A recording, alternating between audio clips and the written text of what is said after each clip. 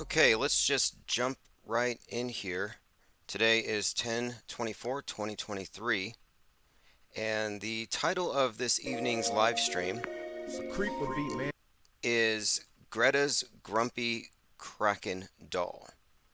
Not the main topic, but it is something of a symbol of our times. So we'll discuss that among many other things.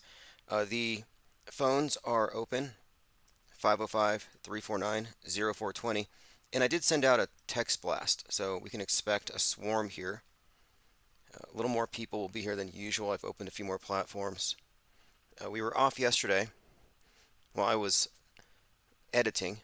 I put together a manuscript into an ebook. So if you're subscribed to the newsletters, if you're on Patreon, you got the full text of Media as Narcissistic Construct. I may record it as an audiobook for those who don't want to read the whole thing, but it's there for you to read it for now, and it's going to be published on Amazon within a few days. Maybe even by tomorrow. I don't know how fast they are these days. It's been a while since I've published anything there.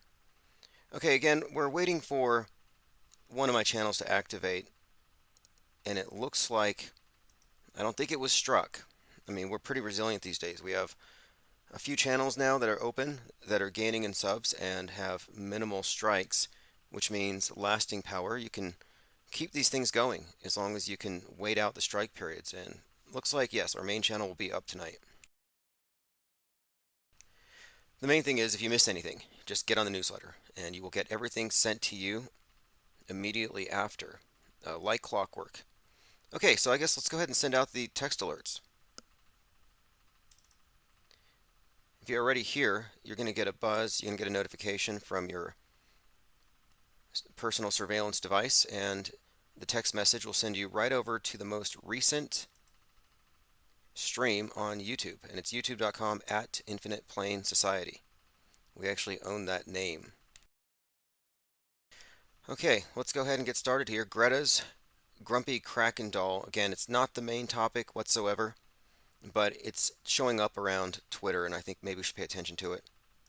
It's an octopus, and the reason why it got so much attention is that she uses it to communicate her feelings as an autistic person, and yet the ADL has said it's a hate symbol, which I didn't know. I know they had a problem with bowl cuts, but apparently the octopus is also a hate symbol. Well, I went on to my DALL-E and I asked it, hey, would you please generate for me a photo of an octopus with a bowl cut to see what happens if I put two of these, flagged terms into the same thing, and it didn't generate anything. All right, we are joined here by Ready or Not 31, the HBIC from Twitch. Elephant Tusk says Earth has many planes and realms. Yeah, I've been reading the cosmology of John Dee, and this is the guy that coined the term British Empire, so I don't think you can just dismiss it as a nothing. This was an advisor to Mercator, the Mercator projection, our globe, and our concept of the world. And this individual had this notion that the world itself was actually a cube or a square, and that it had layers, which he called ethers, and there were 30 such layers, and that we're at the densest. I mean, it's kind of analogous to the tree of life concept, I think.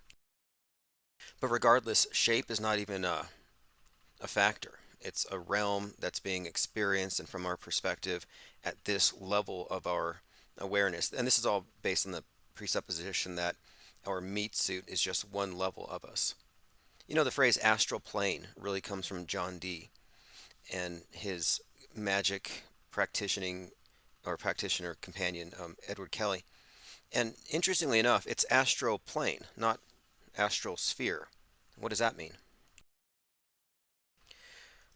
Okay, let's see here. 737 has joined us. Diana South says personal surveillance devices. Yeah, they are. 1984 was this nightmare scenario. They're going to make everybody, just by compulsion, always be on camera so Big Brother can always watch. And it's like, well, that would be very difficult. People might resist, but they just sold it as a desirable lifestyle. Hey, just commodify your privacy. We don't need privacy anymore.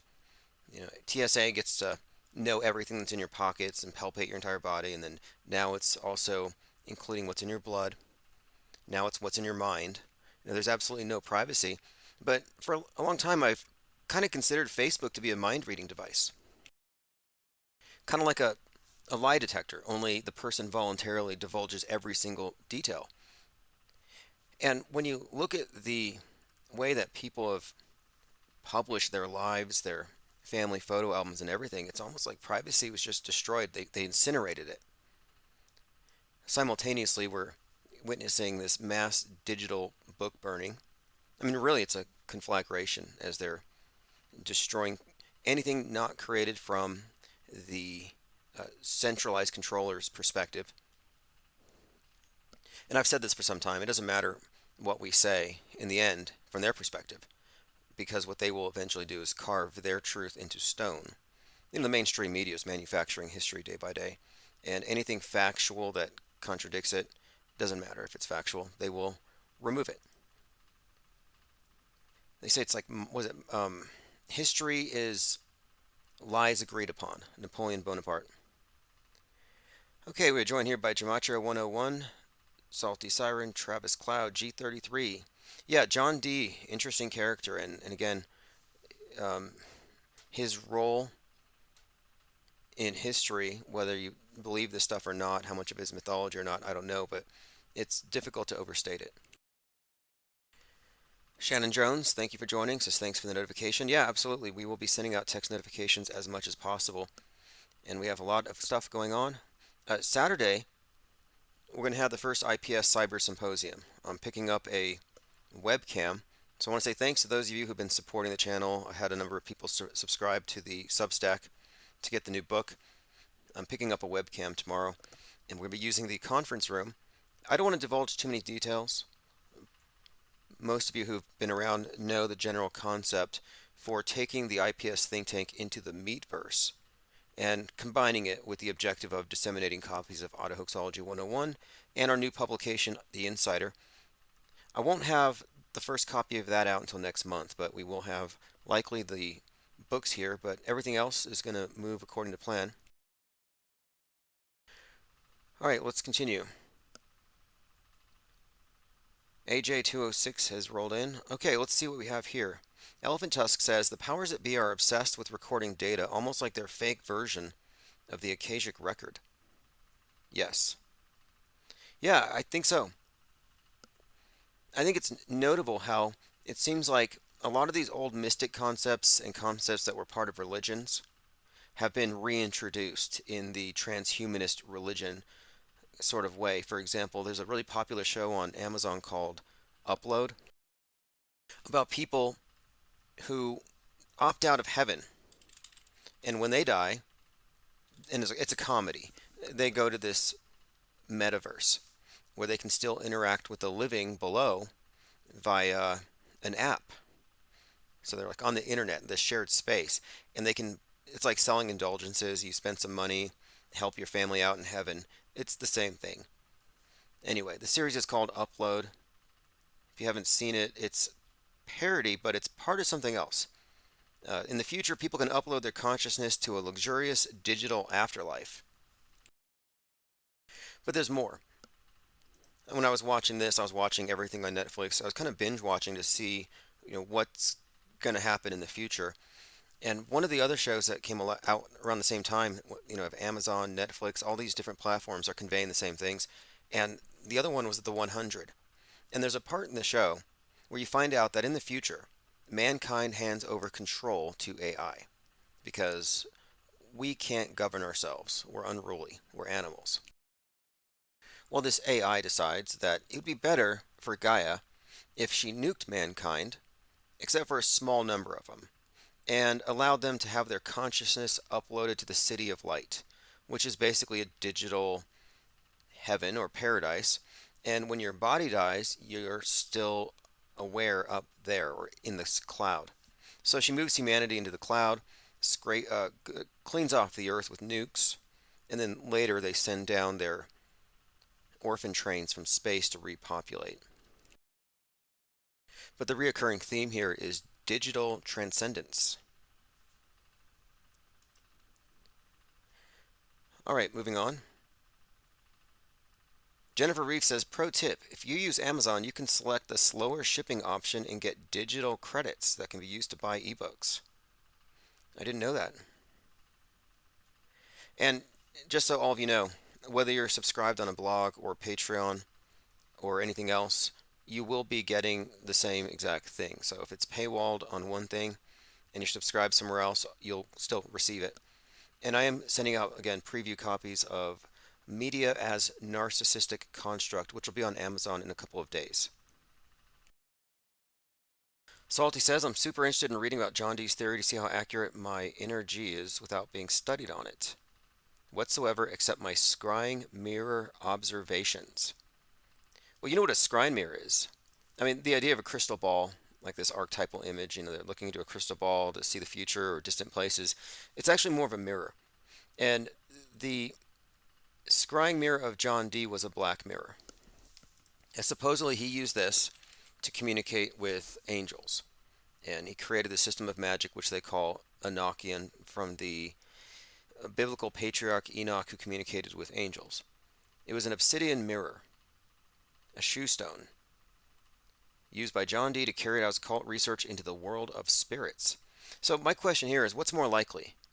That your iPhone is a black scrying mirror connecting you to the world of spirits, and we're all in some kind of collective spiritual bondage to some nameless entities, or was John Dee, I don't know, in possession of an iPhone? Is there a more technologically advanced society outside of our reach? And we're just being spoon-fed stuff, and makes it look like we're progressing, but we're in the village. We're a few hundred years behind.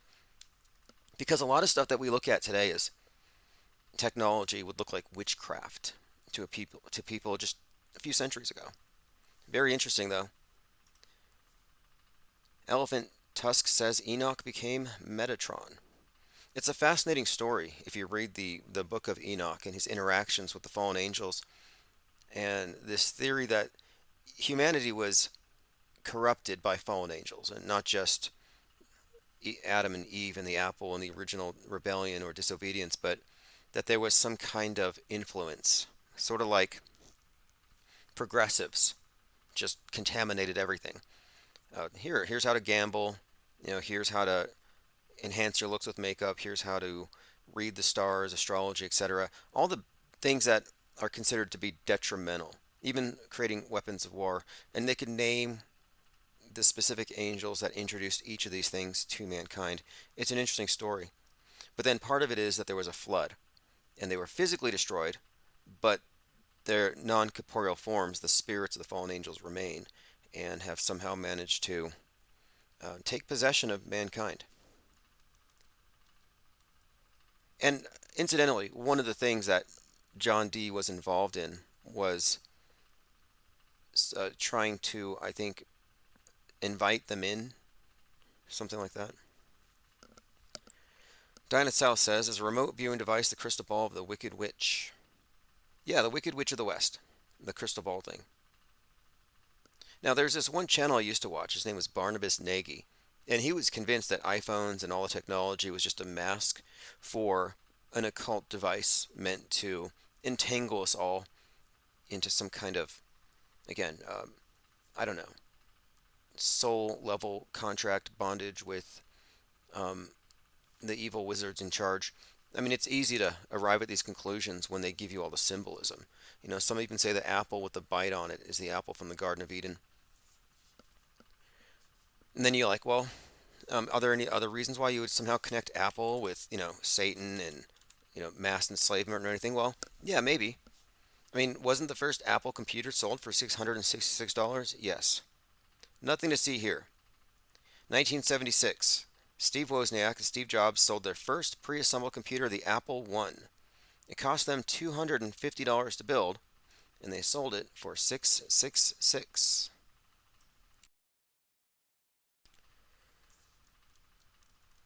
All right, let's continue. We are looking at my minds.com/infinite plane society notes. Dinosaurs found to suffer COVID-like sickness as Jurassic origins of flu discovered. So it wasn't the Mount Everest size chunk of space rock It was COVID that killed the dinosaurs. If you want to believe it, I mean, it's all science fiction to me. NASA shares out of this world view of the Ring of Fire apocalypse. This was shared by Violet. Devil's cryovolcanic comet puts. This is interesting. And connecting it to Putin's meteorite missile. We're looking here at this image of the Earth, the blue marble thing. And I have a lot of problems with this, as most of you know. But as you're looking at it here, the US is completely blacked out. Now, to me, this looks like we get nuked. Black cloud, fallout, or just a blackout. I think this is predictive programming. NASA says this is a photo from the Ring of Fire eclipse. This is not a photo. There is nobody that far away from the Earth right now to snap a photograph. The ISS is actually pretty close to the Earth, relatively. We'll get into more of the contradictions about this. Cubstar had commented on it. Their Photoshop artists are dog shit. They should get Powerland back, save him from rolling in the mud. I concur. I hope he gets his old job back. If you didn't know, Power Mud used to be Power Land, and he supposedly worked for NASA and he painted globes for them. And yeah, they've gone downhill, but I don't know if he's upgraded his skill set. I don't know if he does Photoshop. All right, continuing. Donald Trump says, a bad dawn. A bad dawn is the name of the Antichrist.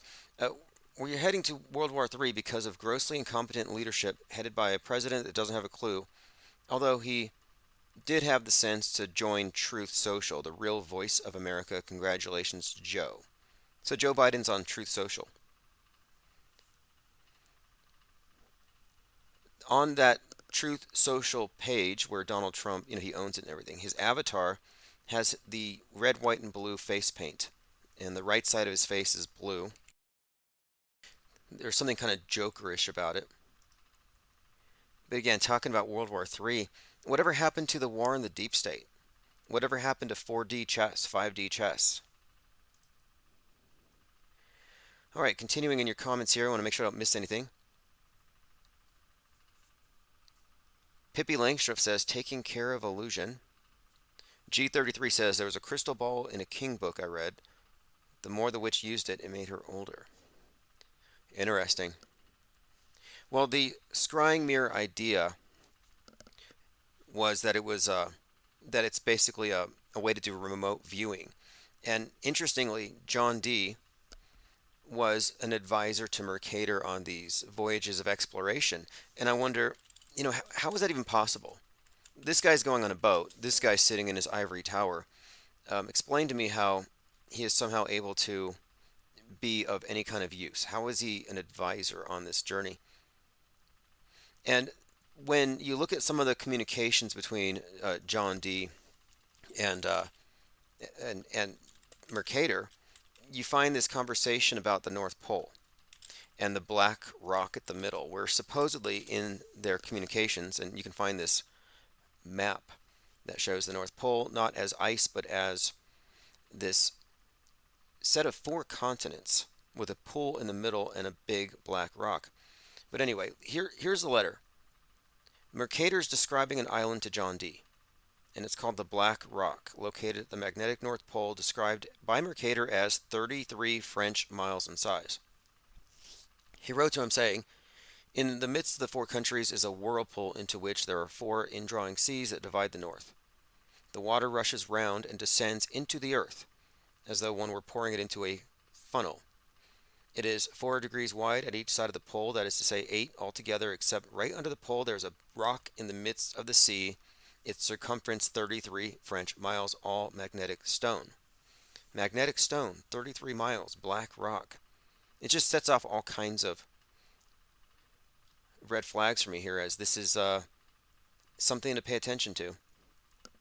33 miles at the center of it all. Compare that with the UN flag. The Earth divided into 33 segments, the center being 33. There's something up with that. Then you look at the symbolism of black rock and all the different 33s connected with the Black Monday market crashes, the Burning Man festivals. It gets pretty tedious to actually put together a record of every single instance of this number. It's part of their coded language, but the black rock is also a huge part of it. And I think the black rock also corresponds to your black monolith cell phone screen. Selena says the London 2012 Olympics had a giant Apple Crunch event where they asked television viewers to join with the live audience in biting an apple together. Now that's bizarre. And it was the London 2012 that had Russell Brand as the child catcher with the van from Chitty Chitty Bang Bang with the top hat.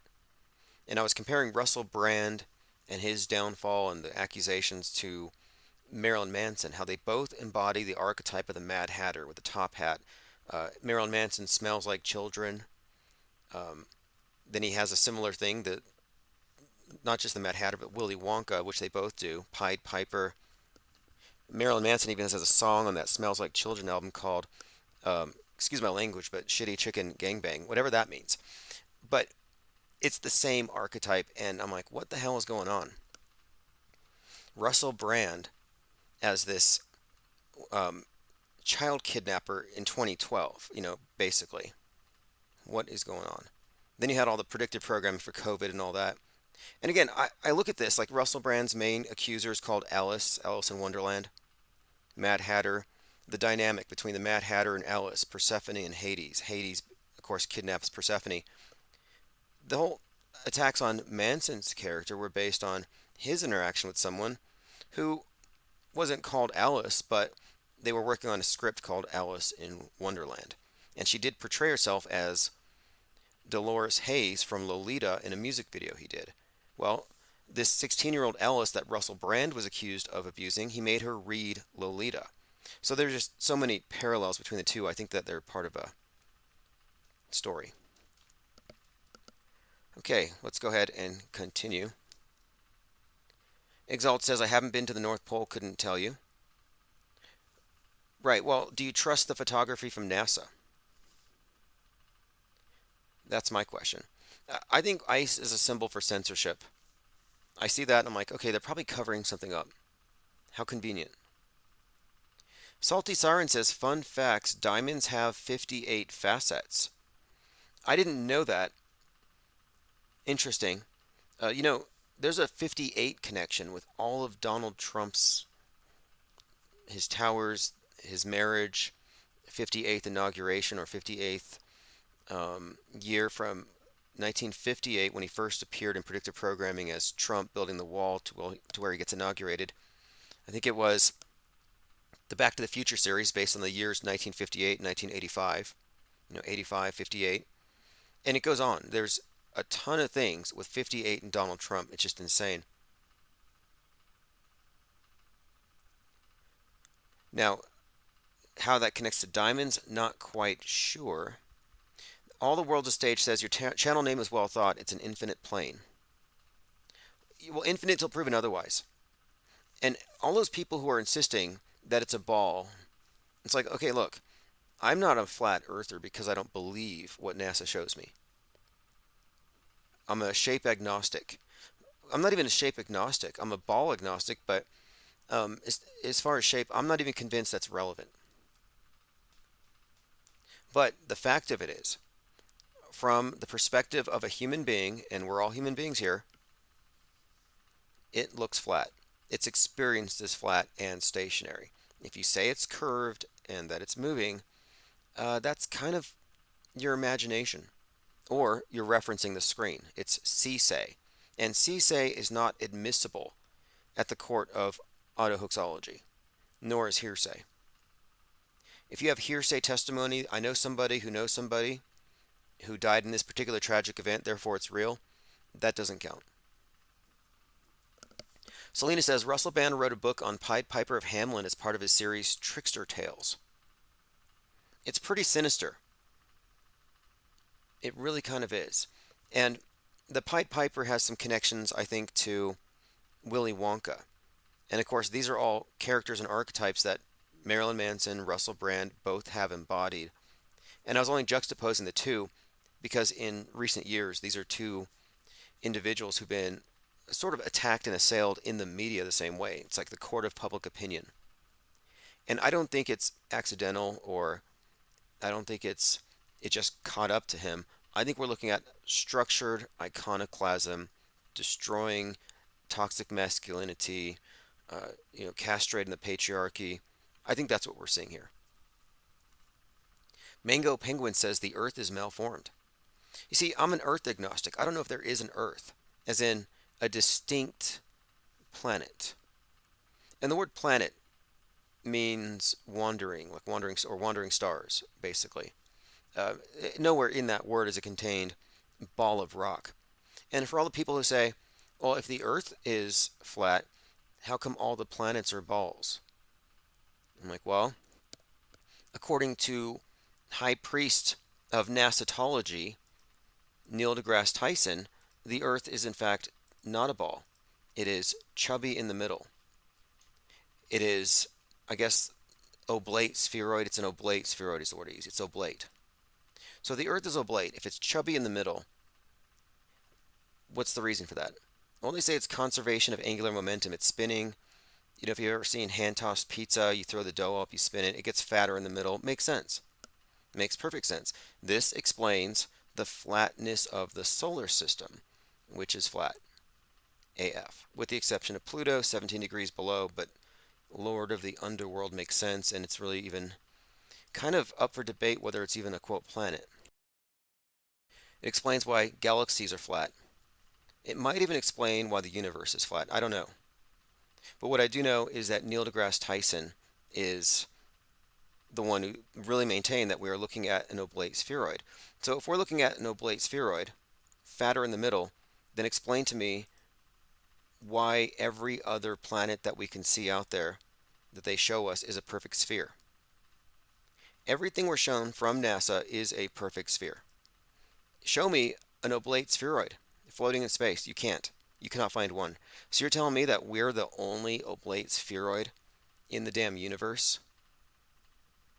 But then you show me the picture of it, and the blue marble picture of it, it's a perfect sphere.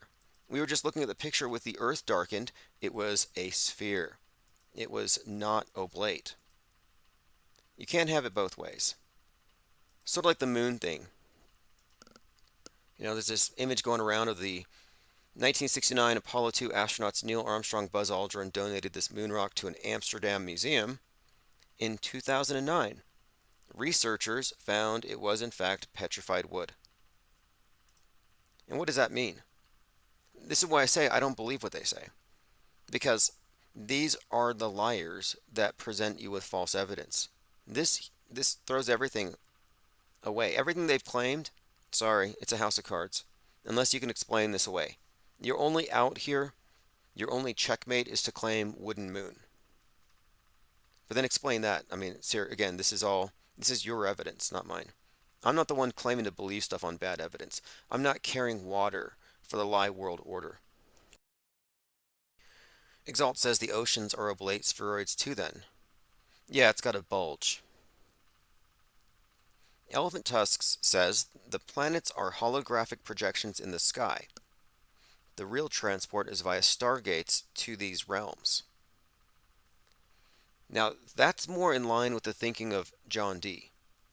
And that's the reason why I'm looking back at it. I'm looking at some of these archaic cosmologies for a reason.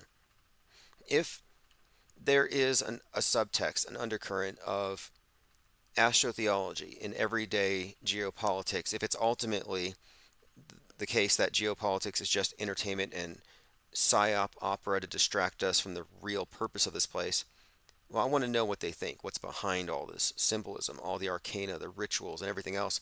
And there's something there, but it's not Aleister Crowley. He's not the source of it. He kind of mainstreamed and synthesized a lot, but it all stems from this John Dee character. And they had this interesting concept of Christianity. I am kind of digging into it, where a different interpretation. It's not a trinity, but it's based on four. Um, it's like a fourth. There's a fourth. It's the goddess, I guess. I'm not really quite sure how they work this out, but anyway, my point of it is, I'm looking into it, and by all indications, he believed the world to be some kind of a plane, and that there's layers of I don't know what you would call this. I mean, the word dimensions, these are all words that they use. But one of the points here is that space travel isn't even a part of it. That it's kind of like our concepts of space and space travel is purely science fiction. In fact, that's one thing I will say. The shape of the Earth aside, space travel as represented has been faked from day one. If they didn't go to the moon, they haven't gone anywhere else. And I don't even believe in orbit. And this is an interesting time to bring this up because later this week I'm setting up this cyber symposium to focus specifically on the claim that there are objects in quote low Earth orbit, specifically the International Space Station.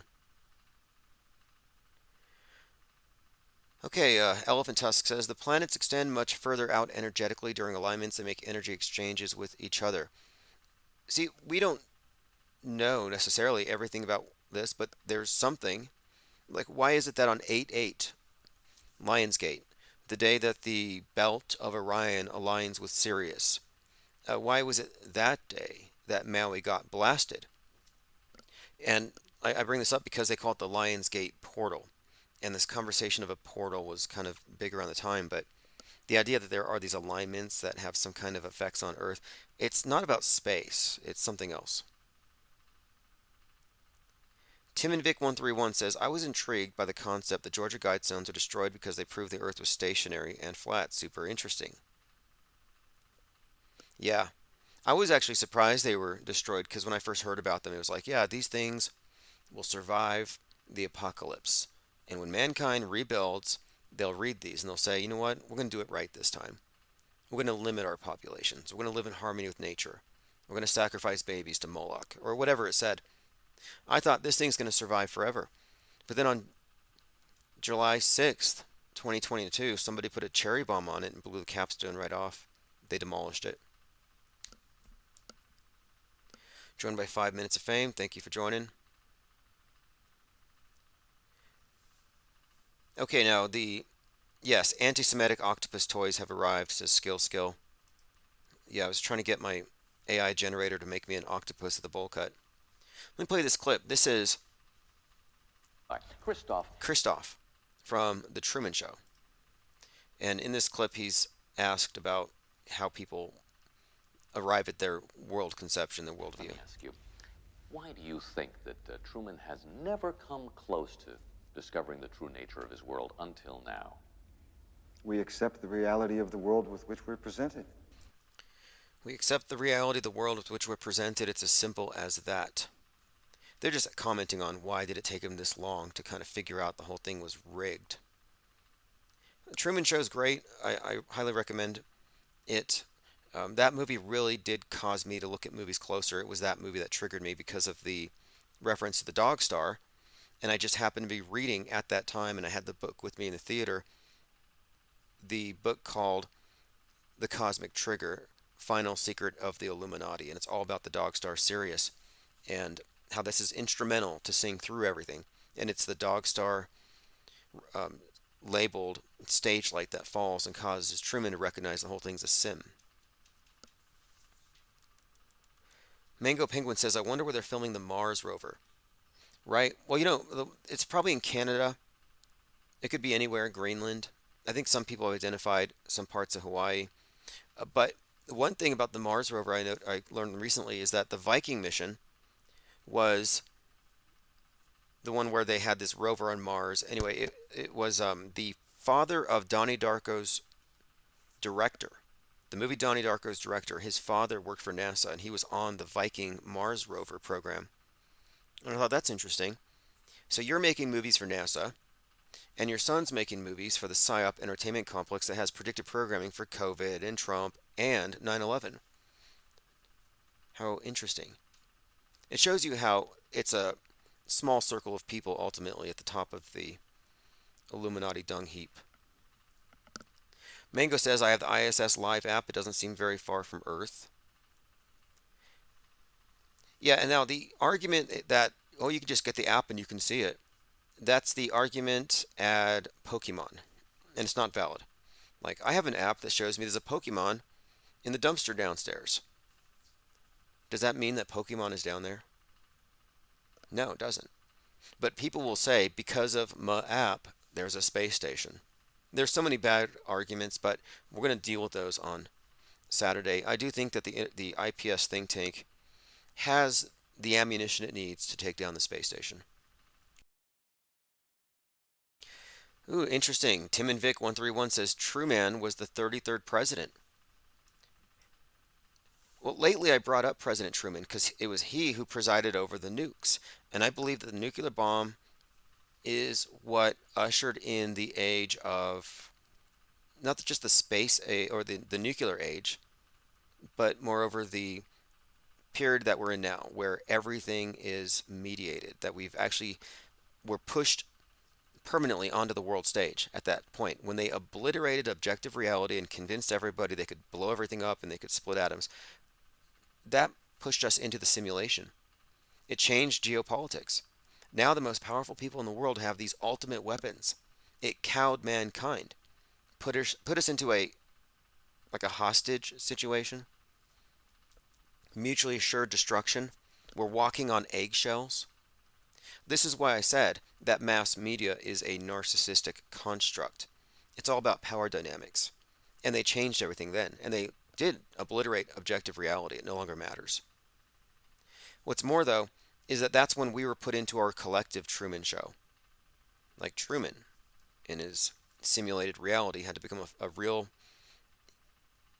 person. He had to think for himself and ignore the liars to become a Truman. But the point of it is, I think we were put into a Truman Show, and we're still in one. Well, most people are.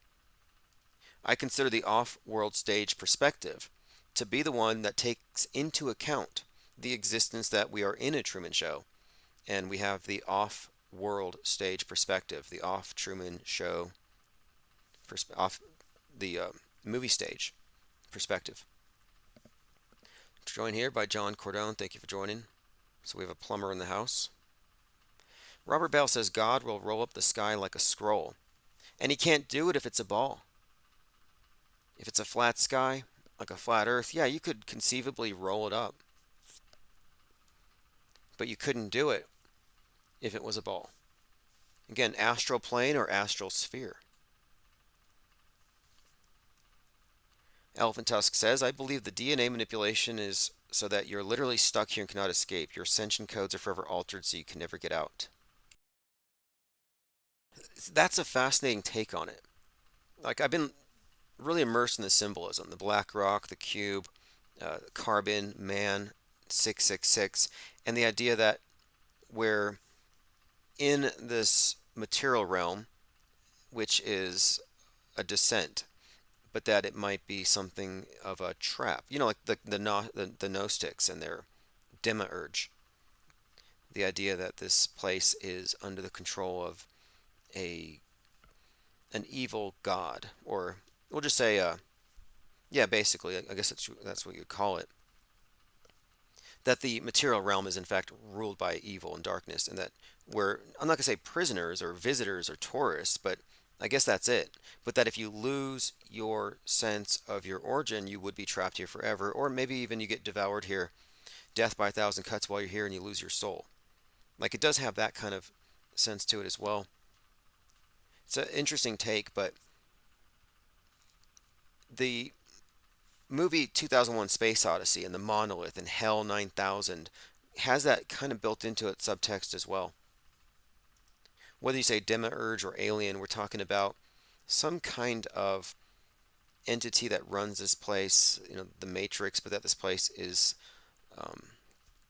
something of a prison that can only remain so as long as its residents are ignorant of their true natures.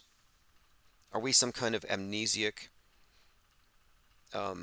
beings that are going to be stuck here because we have fallen for some kind of diabolical trickster's traps? Let me go ahead and open phones. Infinite Plane Radio. Hey, Tim, it's Will and my wife. We're watching on the big TV because we don't pay for television no more because it's all fake. So we had a couple of thoughts we wanted to share with you and the people at home because you brought this up. Sure. All right. One, right? Who did the devil ever murder? Who did the devil ever murder? No. Right. Like when you hear, did he ever murder anybody? Did he ever really kill anybody, or did he just suggest people to mess up? And that's his whole problem was that he was honest. He said, "I'm not liking what's going on here," and they rebelled or whatever. But he didn't play along like, "Oh, this is the greatest thing ever." He voiced his opinion for some reason. Yeah, Fell down. Okay. Thinking back on this, And I then can't never, name and anybody. then never killed. He never like wiped us out with fire or nothing. But according to the story, he maybe got people into really enjoying giving each other the reamies in Sodom and Gomorrah. You understand, or whatever Well, whatever the other. I don't know if I do, but Jay Diggs said that he killed Job's family. But the point of that is he did so at the orders of God, right? He was on orders, so you can't blame him. It was like a sick bet.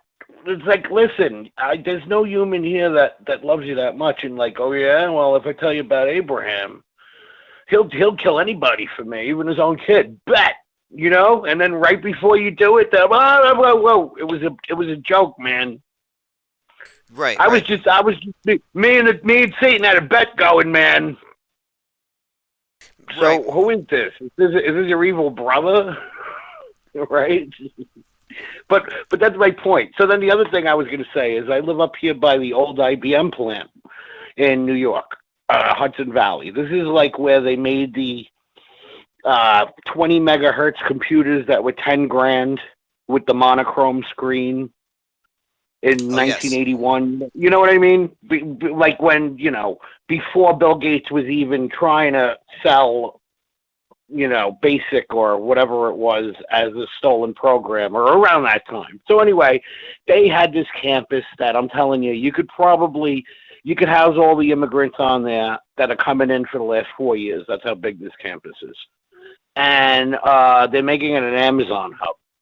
And we drove by and it's a prison. Tim, it's a prison. A prison. Okay. They are building. All right. So, like, if you want to build an Amazon hub, right, you're going to try to be cost effective, right? You're going to try to build it up like a Home Depot in 3 months. This is all 2-foot poured cement with a garage door every, let's say 20 feet. And then up on top, it's all poured cement. And then 30 feet up, there's windows. So, like, usually when you go to Home Depot, there's no windows or anything like that, any warehouse. But in prisons, there's laws to have sunlight. Okay. I was just watching this movie called Pink Cloud about global shutdowns because of a pink cloud. And one of the ways that people escape their dreary existence is they wore the headset and they went into virtual reality. And I think that may be the future. Maybe the future we are moving into enclosed cities. Maybe prisons, you could call them prisons, but they won't feel like prisons because we will have our connection to, the sim, which is so much nicer, and going there doesn't hurt Gaia. Yeah, I don't know, man. It didn't look like a mall. It didn't look like a mall. It didn't look like, it looked like it could be a truck hub with a couple of garages, like 20 garages. But if anybody can look at Route 52 in Fishkill, New York on Google Earth, the IBM plant, and I don't think they did a local picture, but you'll see how huge it is. It's like, I think 3 miles on the highway. And IBM, you just move the letter over, HAL 9000, this demiurge in the AI form. Yeah, I remember, right? And what did the robot say? I can't let you in, buddy. It's so stupid. It's so stupid that we know going modern is easy, but sometimes you got to say easy isn't the greatest thing. Like, why don't we have paper ballots for election day and everybody gets to work one day and get you're going to buy a machine that counts votes for $38,000, or you could hire 100 people for $380 for that year. And guess what? They're going to spend the money in your area or in your community, and then you could tax it. You give the money to Computer Lab or whatever that makes the voting machine. It's just pissing away per precinct, hundreds of thousands of dollars. And then in 2 years, the machine is outdated. Right, that's true. But that's it's an interesting conversation. I kind of wonder though at this point. I mean, I don't want to you know be a pessimist, but I sometimes wonder if the whole thing is just rigged anyway from the beginning. Rigged. As Trump's most inspired cartoon character, you should make rigged Bigley. That should be the name of a person because it's rigged Bigley. Well, when I say rigged, I think it might be rigged at a level even higher than one party versus the other. But Maybe it was never real. Yeah, I know what you're saying. Like from the day that George Washington took office, who knows? Who knows? well, I saw this You know, meme. I saw this meme today, and it had Barack Obama looking at Trump, and people put their own words in their mouths. And Obama says, "I weaponize the FBI and the IRS," and Trump says, "I weaponize the American people." That never happened. That's like World Wrestling Entertainment. But the people who follow this stuff, they need that hero. They need the villain. You got your Bill Gates and you're your, right. you know what I mean? You're right. Just like sports drama. Oh, what do you look at like Belichick or like MMA fighting, right? It's not really that great. But it's like Conor McGregor could talk so much shit that if you give him 3 minutes of internet clips saying, I'm going to bust his arse, you're like, yeah, I like this guy. I want to watch it. And then you give your money to watch the pay-per-view. It's genius. But if Conor McGregor was a total gentleman, quiet, good fighter, he'd never draw the bill that he gets. Hey, let me ask you a question You real know? quick. What's your take on wooden moon rocks? Oh, well, here, it means one of two things. One, the Earth was hit by a meteor so powerful that it took what petrified wood was on Earth, blasted it into space, and then it landed on the moon, or NASA's lying. But it's one of the two. Ooh, that first one's pretty good. If there are dinosaur bones on the moon, there's wood on the moon. So that would be ancient petrified I, wood. I, I, wrote, I, I wrote a letter to them like 20 years ago that I said, if you really believe that Earth was hit by a comet in the Gulf of Mexico, that splash should have been so big that there's water from the Earth on the moon. And not only water from the Earth, but if it happened at a certain time, life forms or pieces of dead life or fossils or things of the Earth on the moon. And they never wrote back. That's when I used to think emails meant something in 2003. You know what I mean? To me, it just sounds like great science fiction all around. No, and of course they're lying. Come on, man. Of course they're lying. You look, they had what's his name? I say it because look, if they're lying about the Excuse moon, me. if they're lying I'm about the sorry. moon, then we can just go ahead and say that politics is fake. The paintings. There was an astronaut who made paintings, and he claimed, "Oh, I put the moon dust in my pigments," and he was trying to get like Ellen Bean. 20 grand. Ellen Bean was And putting then moon dust in his, and he's really a good painter. they confiscated it all. They confiscated it all because they know that if it got out and you tested it, it was petrified wood and not moon rocks, man. Awesome. Well, hey, I appreciate the call very much, and I hope somebody looks it up Thank again. you, Do you want, man. hey, do you want to give the coordinates one more time for the IBM prison? You put IBM Route 52 Fishkill. They're building the Amazon hub. But what I'm saying is today they just took the molds off.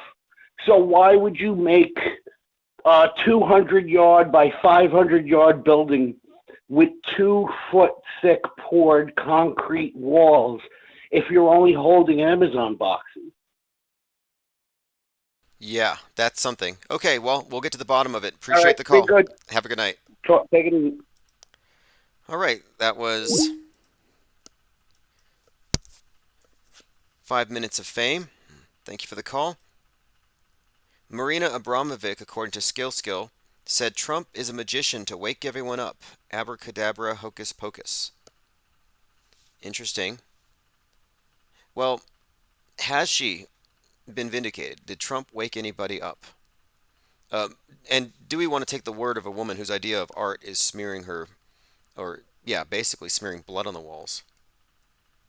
John Cordone says space is fake, the moon is fake, the earth is fake. Well, okay, space as represented is fake. Outer space as this place, this vast emptiness surrounding a finite ball earth or oblate spheroid. Yeah, that's fake. Up is real. I don't know what's down. Up is real. I'm going to call that space. Sure, but the concepts don't work. Like, for example, the sun's not 93 million miles away if the earth is flat. The stars aren't the distances they say. Light years don't exist. So it's not like this big, vast place. It changes everything. The moon? Don't know. I'm con- I'm I'm not content with their explanations of what it is, and I'm leaning towards other explanations. I'm obviously it's very perplexing. How does a non-physical object block the sun if it is non-physical? Could it still just be a projection in the ionosphere as suggested by Sturgio Studios 10 Vibes of Cosmos? I don't know. I don't know, but just because I don't know doesn't mean I must default to their explanation that the moon is made out of wood. You don't have to accept the default just because you don't believe it. You don't have to say, well, I don't have a better explanation, so I must therefore go with it.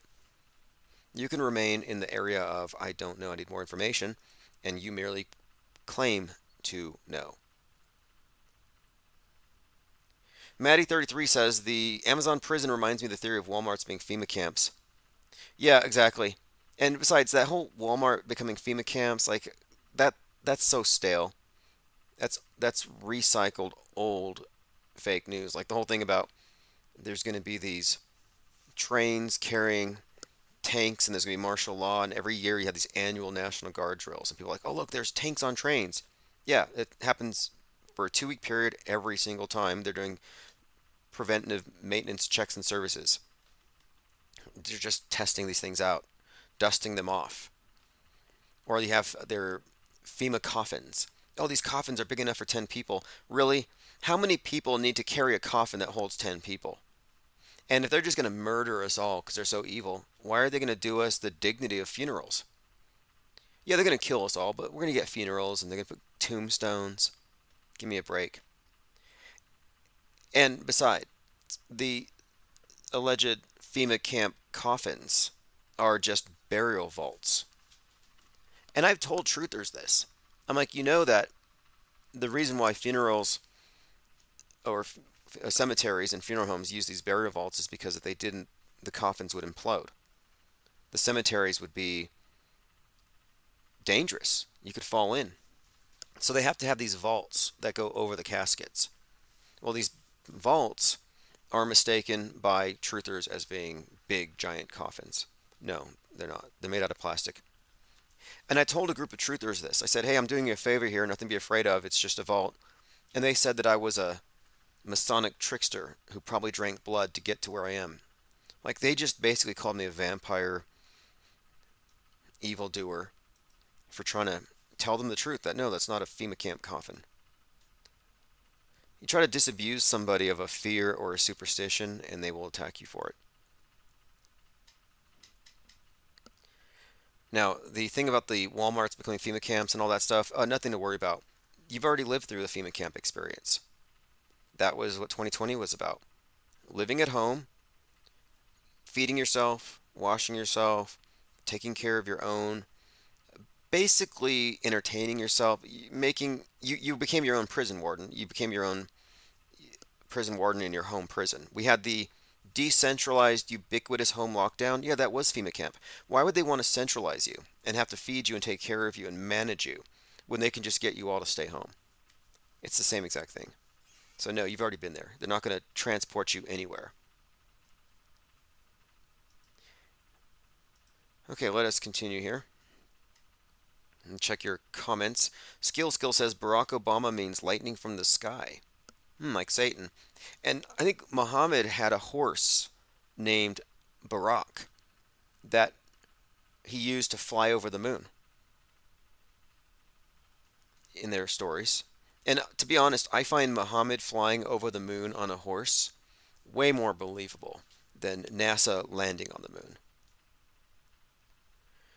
Elephant Tusk says, when you're at the doctor's office and you tell one of the techs the moon is an artificially created alien spaceship relaying mind control signals from Saturn.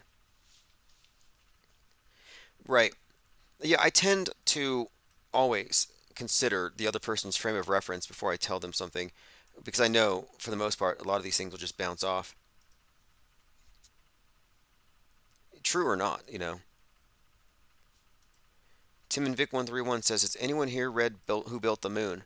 You know, if you haven't seen Moonfall, that movie is really based on Who Built the Moon. In fact, Roland Emmerich had later complained about how it was a terrible idea for him to put a conspiracy theory like that at a time like this on the big screen. He's the guy that directed Independence Day, you know, alien invasion, gave us a lot of imagery for our imaginations so that when 9/11 happened, we would imagine it to be real because it's just like the movie. Well, Who Built the Moon is about the idea that the moon's hollow and it's some kind of alien craft. And in the movie Moonfall, the moon is actually an ark. Yes, an ark, and it contains a bunch of technology that's going to revolutionize everything that we have here, but we just had to get inside of it first. And by the way, in the movie, you have a scientist who's our savior. He's the one who defeats the evil AI with all the symbolism. Look, that movie is loaded. I did a review on it. Anyone here care to guess, though, how old was the actor that portrayed the scientist savior in Moonfall? There was a scene in Moonfall where, as the moon's falling and satellites are falling, the atmosphere is being destroyed, and there's this child who says, I can't breathe, I can't breathe.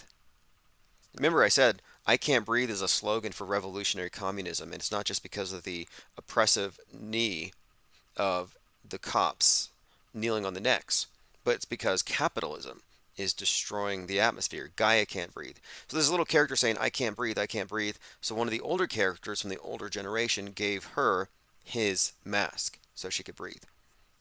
This is all just symbolism and subtext. Yep, John Cordone, Selena, Tim Vick, and Exalt have answered correctly. The actor who portrayed the savior who sacrificed his life to save mankind in the movie Moonfall was in fact 33.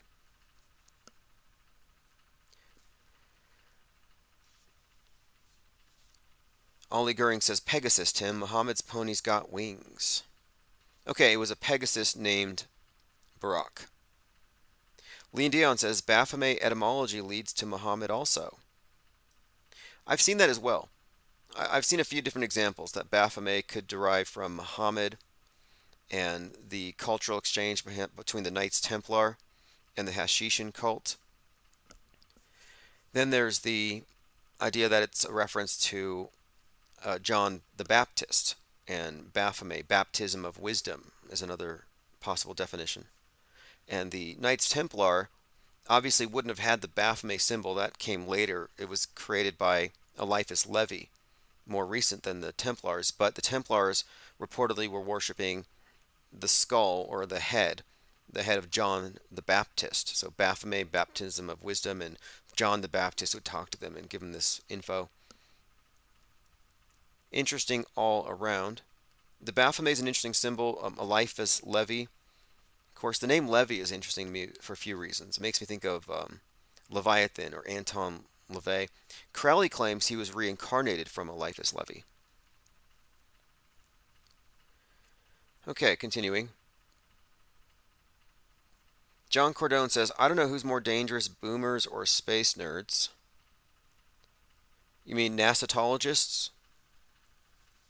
You know, I tend not to group people by their quote generation, like Generation X or Z. I don't even know what that means. I mean, we're at a time of really exploded reality as far as there being any objectivity, and people's frames of reference vary from person to person, and it's not something you can categorize according to birth year. Okay, moving on.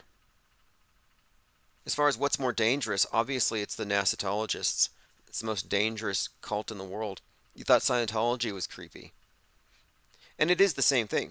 You know, they're basically training you for bunker life. That's what you're being prepared for. What do you think Mars looks like? You think you're going to move to Mars, you're going to jump around and, you know, less gravity? And plant potatoes and do everything right. No Republicans, no guns. You're going to have this paradise on Mars? No. You will live underground in a subterranean base because there's no atmosphere. You will die in that tomb. You will be working remotely, so these little robots can go around Mars and terraform it. But no, you're basically being conditioned to think that the pinnacle of technological innovation and the best minds, everything we've arrived at is this outer space utopianism, but ultimately it just turns into space gulags, space communism, a place to die. The HBIC says, "Thank you, Tim. I'm technically a quote boomer, but not the same." Yeah, exactly. I think it's ridiculous to talk about generations and criticize, oh, they're from Generation Z. Again, I don't know what that means. And plus, it's interesting to hear insights from people who may have experienced the more analog world when everything was real and then witnessed the transition into this new dark age, this digital dark age, and are now experiencing with us the destruction of everything that was previous. Do you remember during COVID, dumpsters full of school books? Now, maybe these books were not that great anyway, I don't know.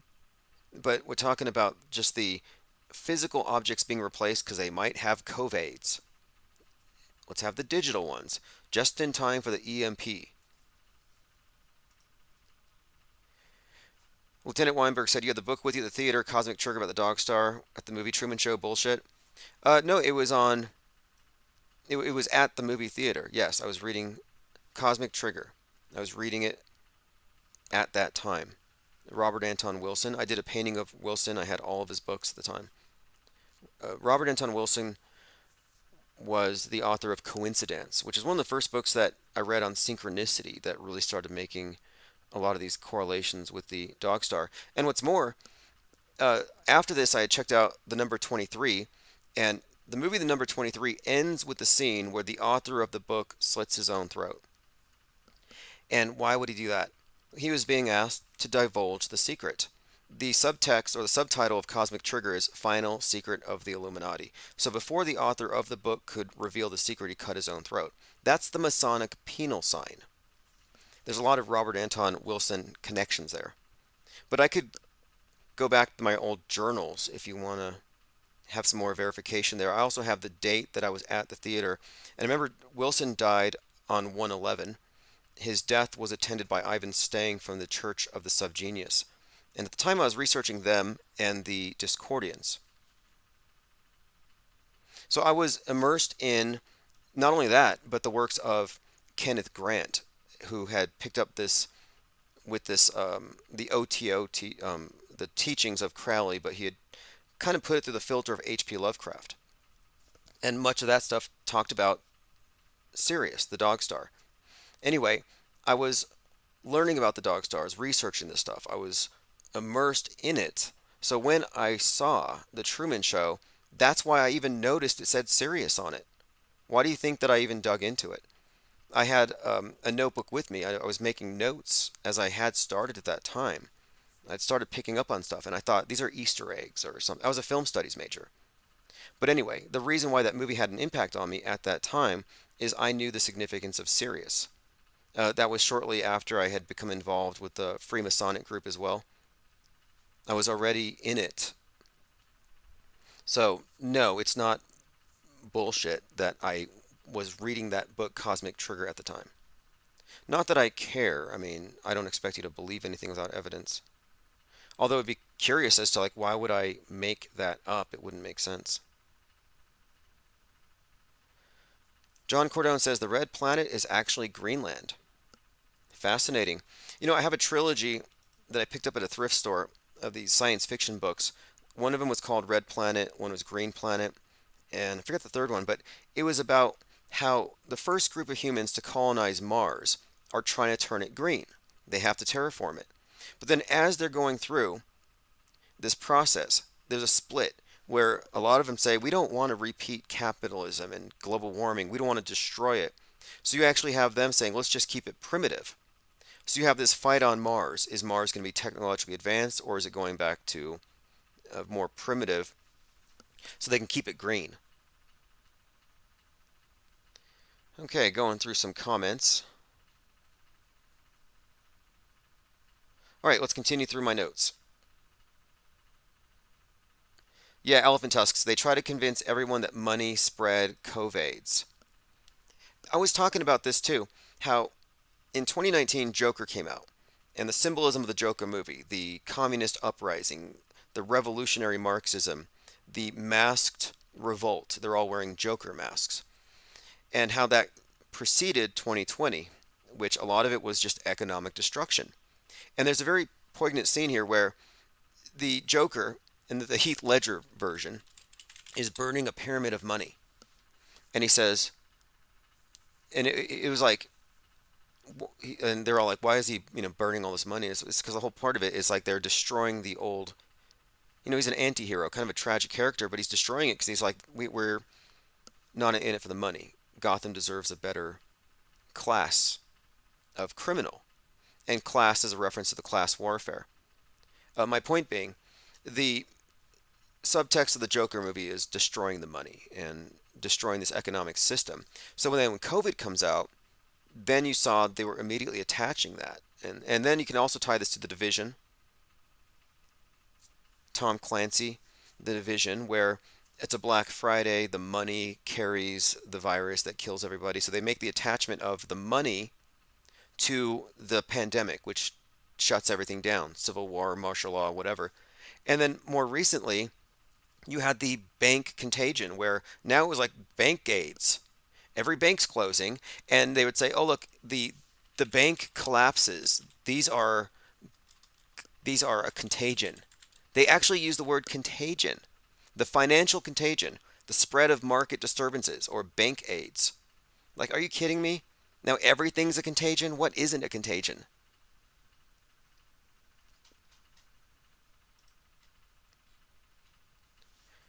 Okay, well, okay, I'm going through your comments. Exalt says the giant globe screen in Las Vegas is no cash. Right, the cashless thing. Hey, does anyone here know where the first cashless store in the world was? Who had the first cashless store? Give you a hint. Crenshaw. The first smart store in the world. If you guessed Nipsey Hussle's store marathon, you are correct. Nipsey Hussle, who was shot in the head at the age of 33, now the debt's at 33 trillion. There's a lot of interesting connections between the number 33, of course, and financial collapse, or the sinking of the Titanic, or the sinking of the Twin Towers. There's something in the story here with the metascript connecting to the destruction of cash as we move into this new system. It's more equitable or something. Yeah, it was praise Nipsey. It was Nipsey Hussle's store, cashless, and then he's killed in the context of a Holy Week Christ-like killing. There's quite a lot there in that story, which we may revisit later. We really went into the details there with Nipsey Hussle, and it turns out every major event in his career was tied in with equinoxes or solstices, from album releases to his symbolic death. Predictive programming. There's the die young curse. The 27 Club, all these rock stars die at 27. Hendrix, Joplin, Morrison, Kurt Cobain. Well, you had this other thing called the die young curse. And this is Roddy Ricch. In one of his videos, he's in a cemetery, and he's saying something about dying young. And on the screen at 1 minute and 33 seconds, or was it 131? No, it was 133. Nipsey Hussle's on the screen. And this was, again, 133. On 331, Nipsey Hussle dies. And interesting date. It's the same date that Brandon Lee was killed on set. Lots of predictive programming and other indicators that was also a hoax. And then he just portrayed the character, the Crow, who also very attached to the same sort of body of symbols. He dies, resurrects. He even makes a lot of Christ jokes, and it's in the symbolism throughout that movie. I had a comment from someone the other day, and they said, I don't watch any of these movies. None of this matters to me.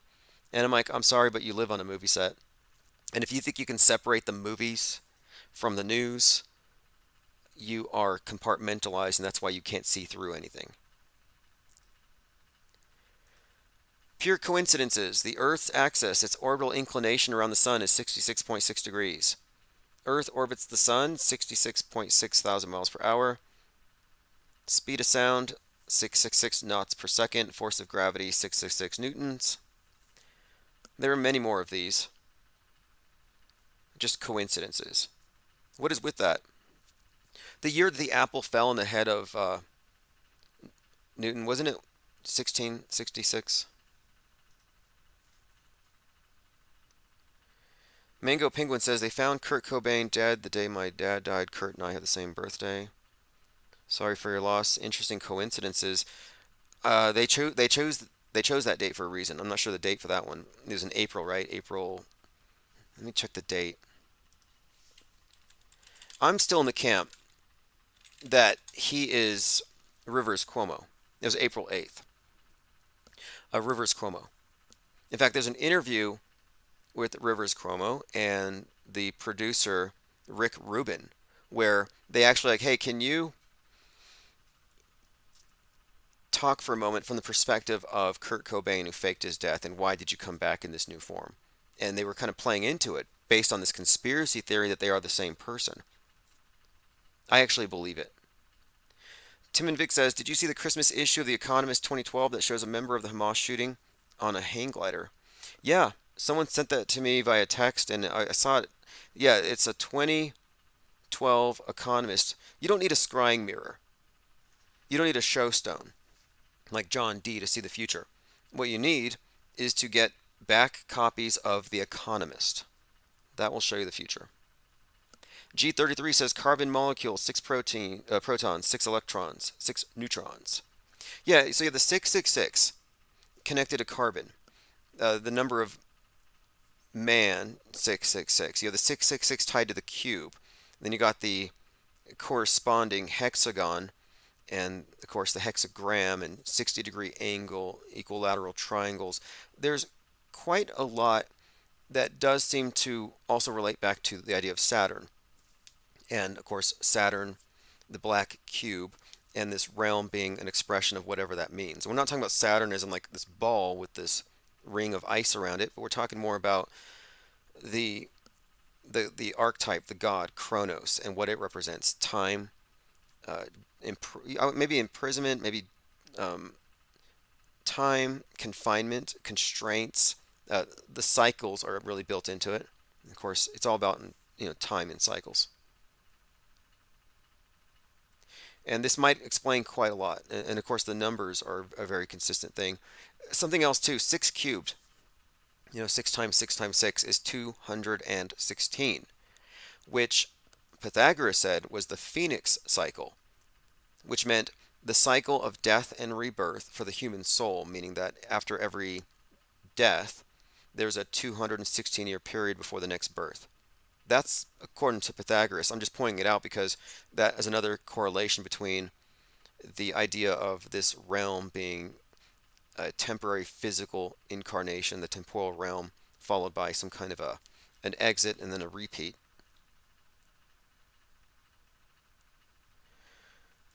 All right, moving on.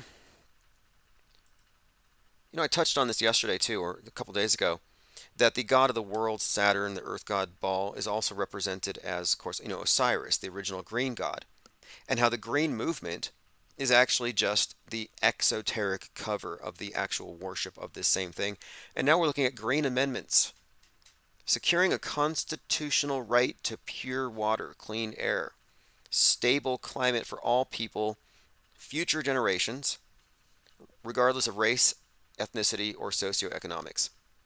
It's the Green Amendment movement, and this is trying to open the doors for children to sue the government for climate change. Yeah, that's coming. Now, this is a headline that didn't age well. This is from March of 2020. What do the coronavirus and Greta Thunberg have in common? They're both great for the planet. This is from RT, where they had a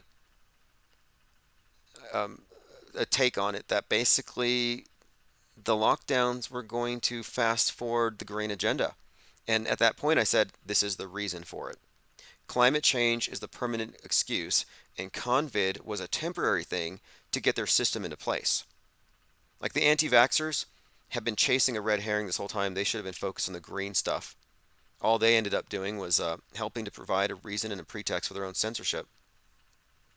But at this time, one of the headlines from RT was like, COVID is doing Greta's work. You know, Greta, of course, the word Greta, the name Greta replacing God. Remember Greta Thunberg? She spent the last 2 years shouting at our leaders that we had to avoid the coming mass extinction, warning us that we have 12 years to change our ways. Anyway, it says, doing Greta's work, Wuhan, the epicenter of the pandemic, the streets are deserted. Oh yeah, you remember that, the Kung Flu? Where people are just walking around and then some invisible Bruce Lee would just kick them in the back of the head and they would face plant. That's how people were dying when this thing started. What it shows here, one Stanford University researcher calculated the improved air quality will save 20 times as many lives as are taken by the virus. So here we have images from space which you can always trust. And it shows you how the skies are clean. Pollutant drops in Wuhan, and it does not rebound. And that's because, of course, the flu.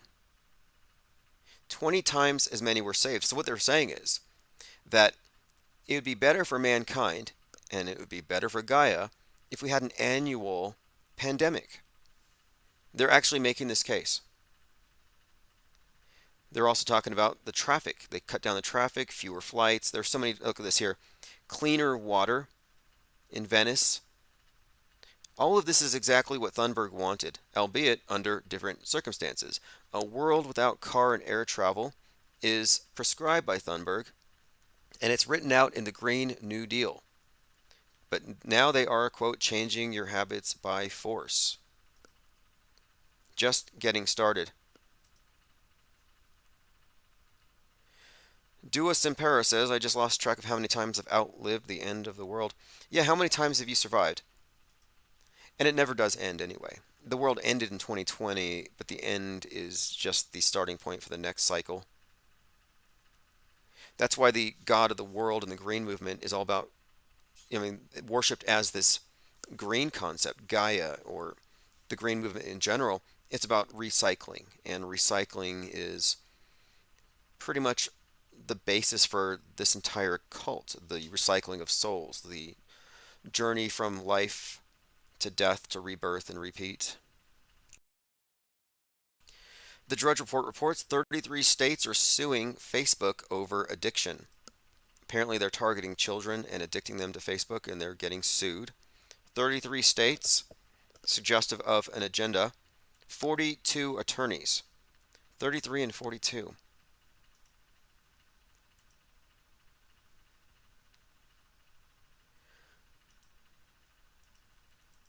All right. Next here, we have a few photos here on my Twitter account. This is insane. So before Damar Hamlin died and resurrected, there's pictures of him in a very weird ritualistic way, lying on the ground, 33s all over the place, but on a painting of a heart, chasing M's. Fascinating though. It's really like in the last couple of years, NFL has really been in your face about how fake it all is, how it's all just a show. But people still fall for it. The earth is chubby. This is the image of globe-trotting Neil deGrasse Tyson. I think he's on a comedy tour. Speaking of comedy tours, Alex Stein went to Penn State and was joined by Gavin McInnes. And this is an interesting little side note here. He was asking Gavin McInnes, who is the founder of the Proud Boys. Again, founder of the Proud Boys, federal informants, January 6th, all that. Gavin McInnes faked his arrest. Gavin McInnes faked being swatted. In fact, he faked his arrest on camera during a live stream. And you know who actually ruined that joke for him? Owen Benjamin. But anyway, Here he says the reason why he started the Proud Boys, he was inspired by his involvement in the Knights of Columbus. Actually, and I want to say this. I actually. And I'm the young Turk there at 53. They're all 70 years old, and For Gavin, what inspired you to form the Proud Boys? I was in the Knights of Columbus, and it's a men's club. And again, he's just talking about the Knights of Columbus and how the brotherhood is in his DNA. I'm just pointing this out because the Knights of Columbus happens to be mentioned in William Cooper's book, The Behold a Pale Horse. And in it, he compares their initiation oaths to those of the Freemasonic organizations and shows these interesting parallels and connects them as though they're all just part of the same pyramidal structure. But it is notable that you have this Proud Boys group that closely connected with the bigger set of pyramidal secret societies or hierarchical orders. And is the Knights of Columbus, connected to the bigger infrastructure of it? I think so. They're kind of like they're not Freemasons. They're sort of similar. Some say that they're antagonistic to Freemasons. I don't know if that's necessarily true. But yeah, they are mentioned in William Cooper's book, Behold a Pale Horse. Someone pointed out to me that Behold a Pale Horse, B-A-P-H, Baph, like Baphomet. Kind of an interesting point there. Someone else pointed out that the four horses of the apocalypse have the colors of the Palestinian flag. Selena says, Flat Earther Matthew Boylan, former NASA graphics manager and actor, claims to have painted photorealistic graphics for NASA. Yeah, photorealistic computer graphics for NASA. He said officials would laugh at the gullible public.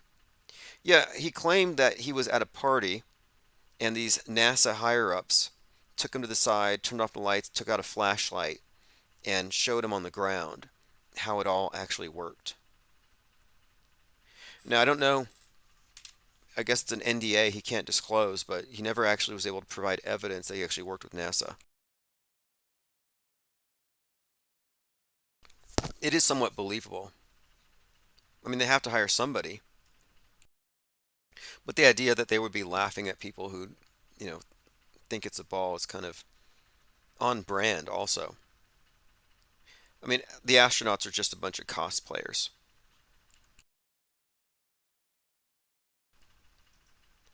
All right, moving on through my notes here at minds.com/infinite plane society.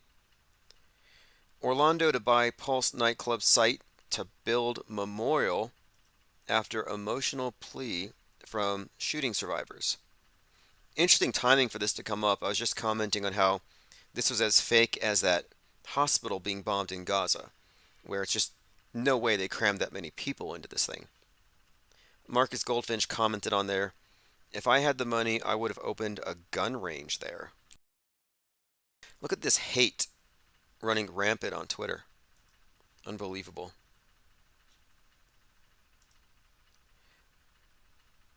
All right, continuing. I had earmarked a ton of things to go over today. It's been a very busy week. I've been getting harangued by people on Twitter. One guy was saying something about these dead babies. And I said, it's agitprop. Go cry for a lump of rubber some more. You have people crying over fake dead. It's the fake dead kid industrial complex. And this person said, if you think there's a shortage of dead bodies in Gaza, you're a clueless idiot. Israel's using fake props like AI-generated pics of burnt babies and fake recordings of Hamas fighters. So I responded, you think one side is faking it and one side is really suffering. That's like suggesting that one wrestler is real like Hulk Hogan, but the other guy is totally fake. It's all or none. It's all fake. It's psyop cinema, as Robert Bell says. Dua Simpara says, Gavin does make me laugh, though. Yeah, well, Gavin and Alex Stein are, right-wing comedians. And what they do is they book themselves at places like college universities where they know they might have protesters, and that gives them a lot of publicity. They don't do the regular comedy circuits. Although I want to point out that there were no protesters at Penn State. And if there's no protesters, it's almost like you are no longer a thing. If you're not getting protested, do you exist? And I'd kind of say no. Citizen Z says we deserve better psyops. Ollie Goering says, dead baby dolls. Wow. Yeah, exactly. There's so many people crying over these fake dead kids. And does it sound callous when I'm saying that? Because if it does, if you're like, when you say fake dead kids doesn't exist, that hurts my feels. I'm going to ask you, what do you have to say about the millions of real children who are being terrorized by fake dead kids? Because they are the true victims. And if you're trying to stop me or criticize me for calling out the agitprop, you are actually a terrorist yourself, or you're an enabler to the terrorism. Now, to be honest about Gavin McGinnis, I have not actually listened to him. So I don't know. He might actually be funny. I do know that he has faked basically swattings. And to me, if you fake swattings, you're Tim Pool level attention whore. You just need the attention. If you can't get it, you fake something that's terrible. Or Marjorie Taylor Greene as well. Steve Bannon. Who on the right, Laura Loomer, has she been swatted yet? And now the new thing is getting arrested. Okay, let us continue. Now this is where it's at, says hilarious guy Gavin. I will say this, there are funny people on the right. And the left, it's always been said the left can't meme, and it's true. And if you look at the comedians on the left, they're not funny. They're government jesters. They are there to ensure that their sheeple only laugh at the appropriate points, and they laugh at the right people. There is no real comedy on the left. So you may be onto something with that. Is Alex Stein funny? To me, it's not my thing. A lot of it's lowbrow, but people laugh. Like for example, I think what he did that got the most laughs out of that audience at Penn State of 50, none of them protesters, is he was grabbing in a very lascivious way the man boob of his fake boyfriend. And that's his shtick. And some people find this funny. Here it is. Alex Stein grabbing the breast of his friend. Very comfortable with it. Again, it's lowbrow, but again, I'm not really too into that, but I'm not going to say it's not funny.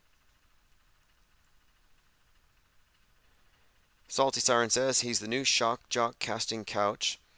Duist in Paris says Stein is as far from funny as it gets. Yeah. Come on. Here he is grabbing the breast of his friend there. He says, would I grab his boob if I was racist? Fascinating stuff here. I really don't know what to make of it. It's not my place to criticize art forms that I don't quite understand. And this is just like Andy Kaufman kind of. Donald Trump. Maybe he's going to be the next Andy Kaufman. But I actually referred to him as Alex Stein because he's never going to go away. My guess, and I made this guess back in 2020, is that he's going to end up being the next Alex Jones. Okay, continuing here. This is where it's at, says side boob. Yeah, not body shaming, but Alex Stein's his boyfriend does have his chest is like kind of like under his arms, kind of weird. Space Wars. World on the verge of space war as Russian satellites show signs of aggression. And this is great to me. For those people who say, well, look, this is real. How can you say it's fake? Okay, you believe this.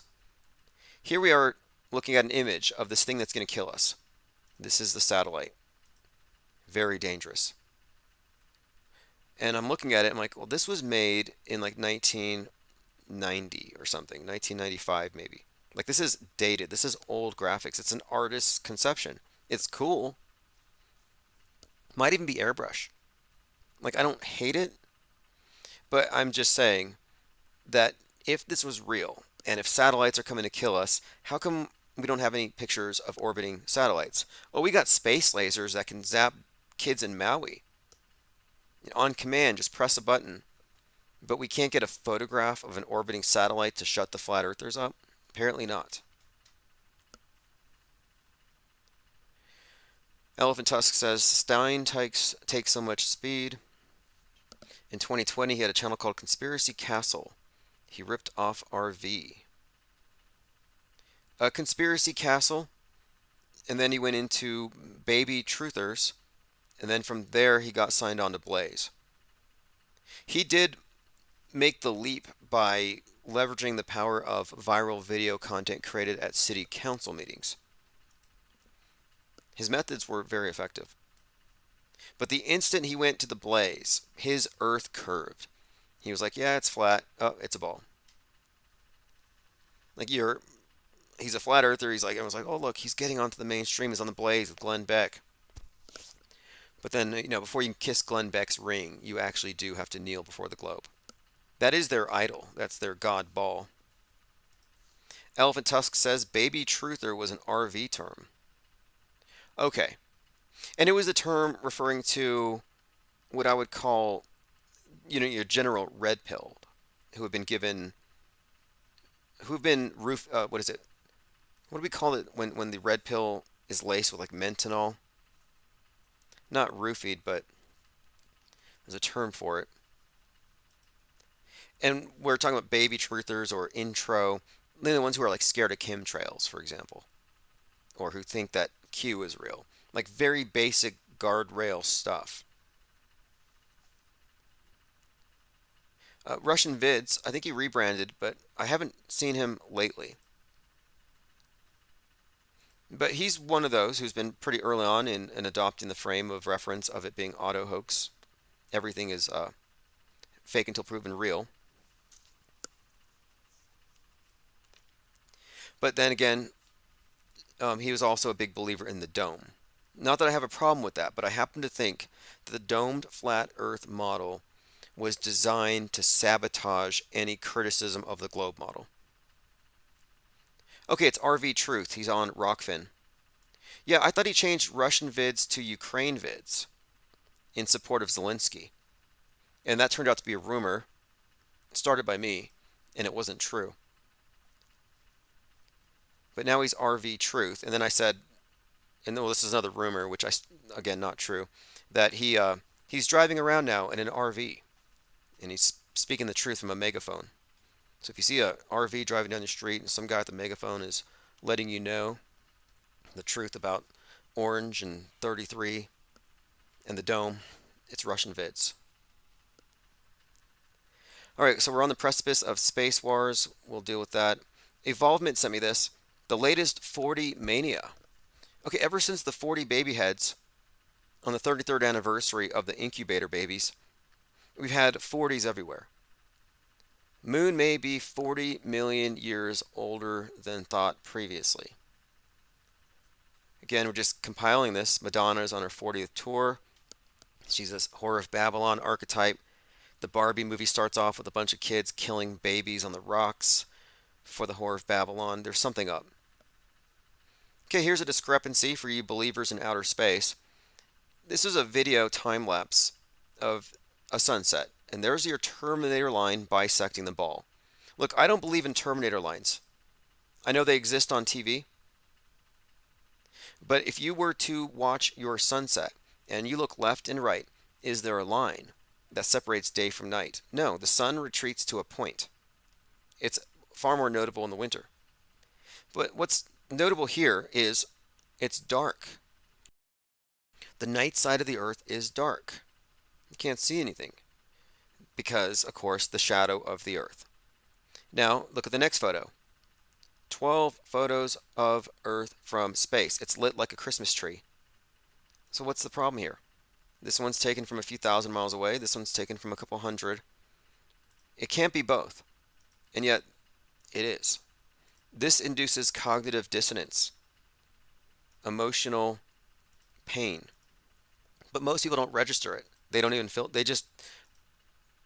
it's apathy. They just don't even confront it. They can't. Okay, continuing through your comments.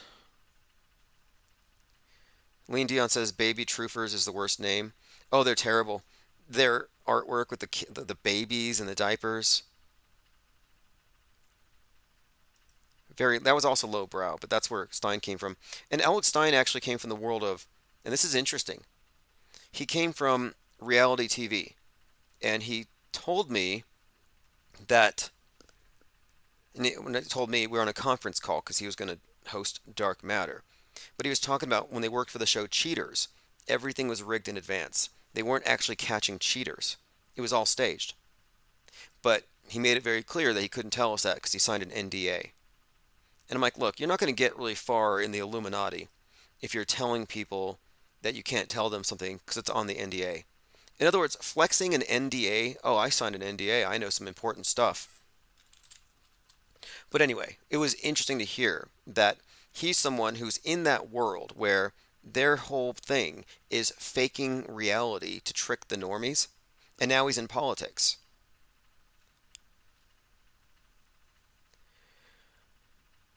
All right, phones are still open, 505 359 0420. We've covered a lot of ground. I still want to go through my tweets. Again, if you sign up for Patreon, you can sign up for $1, $5, doesn't matter. You'll have access to the full text Mass Media as Narcissistic Construct. It's something I've been talking about for some time, but I was afraid someone's going to steal it and run with it, so I went ahead and published it, put it all down on paper. If only I guarded my vehicle the same way I guard intellectual property. My truck's battery was stolen last night. I went out this morning. The hood was still up, and everything was just dumped onto the floor. They pulled the seat forward. They didn't take my book. I have a Robert Anton Wilson book, Golden Apple, the second in the Illuminatus trilogy. They didn't take my book. There was really nothing there of value, but I'm just noticing that the same people who, last time they tried to steal my catalytic converter, they got my muffler. But I'm noticing that, if you want to keep your money safe in your car, even if your car is unlocked, just put it in a book. The types of people that will go through your vehicle, go through your glove box and dump it all out, they want nothing to do with literature. I've noticed this, and again, it's safe. I could have had $500 in that book right there. They wouldn't have touched it.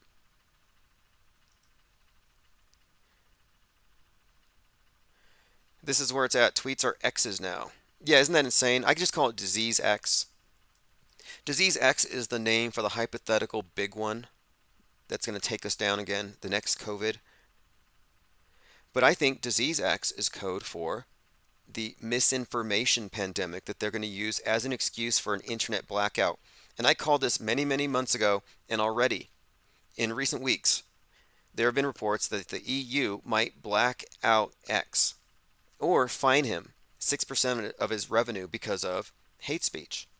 So I've already called this. They're going to say that Musk is the leading promulgator of mind viruses. He must be stopped. He's the leading promulgator of space junk. He must be stopped. He's a fall guy for free speech and for rich individuals because our capitalist system is the bane of humanity's existence, and Musk is the poster child for everything that is wrong with this place. This is where it's at. It says, I donated one of Tim's books to the Tampa library system. The lady rolled her eyes to me. Awesome. Well, you know what? You're going to have an easier time getting Auto Hoaxology 101. And that book will be arriving all this week. If you've been waiting on it, we've all been waiting, but that's because I had a film crew coming in to do a documentary, and I had to retain those copies. And then I had made some updates, added some art from X-Pac. So you'll appreciate the new artwork front and back. I added some words to the lexicon, but the Auto Hoaxology 101 textbook is going to be going out, and it's going to go out in high volume. I think we're going to really move a lot of copies of that book, and I think it'll be readily accepted into public library catalogs.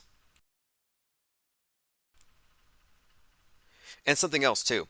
These cyber symposiums I'm planning are mostly going to take place in places like libraries, library conference rooms, and I'm going to be using these as, references and, of course, referring to the various things that we state axiomatically, like fake until proven real, what fakeability means. I'll be referencing these, but we'll be selling them or giving them away or getting reviews.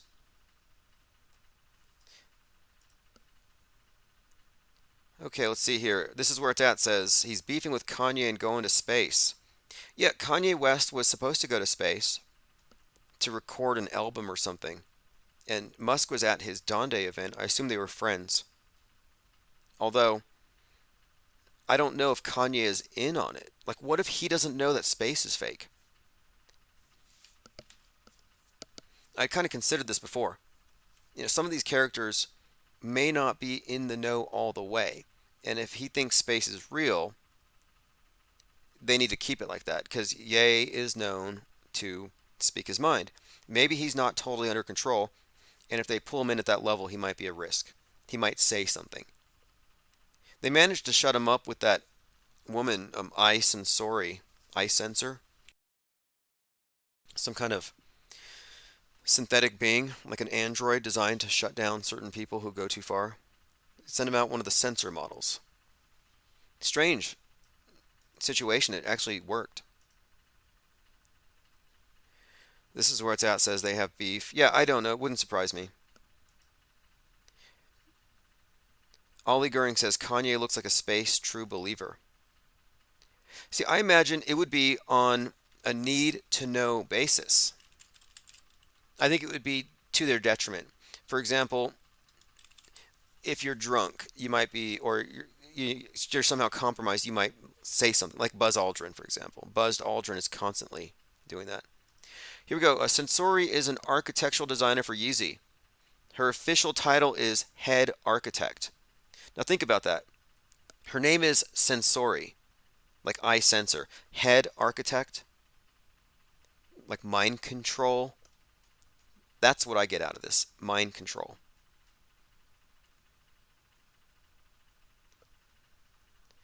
Meet Ye's new wife. I'm just pointing it out that Bianca Sensori shows up at about the time that he becomes a little problematic. All right, continuing. I'm going through my Twitter feed. You can follow me at IPS Insider. Okay, Hillary Clinton gets in a yelling match with the man who blasts her for failing to call out Joe Biden. It seemed very scripted.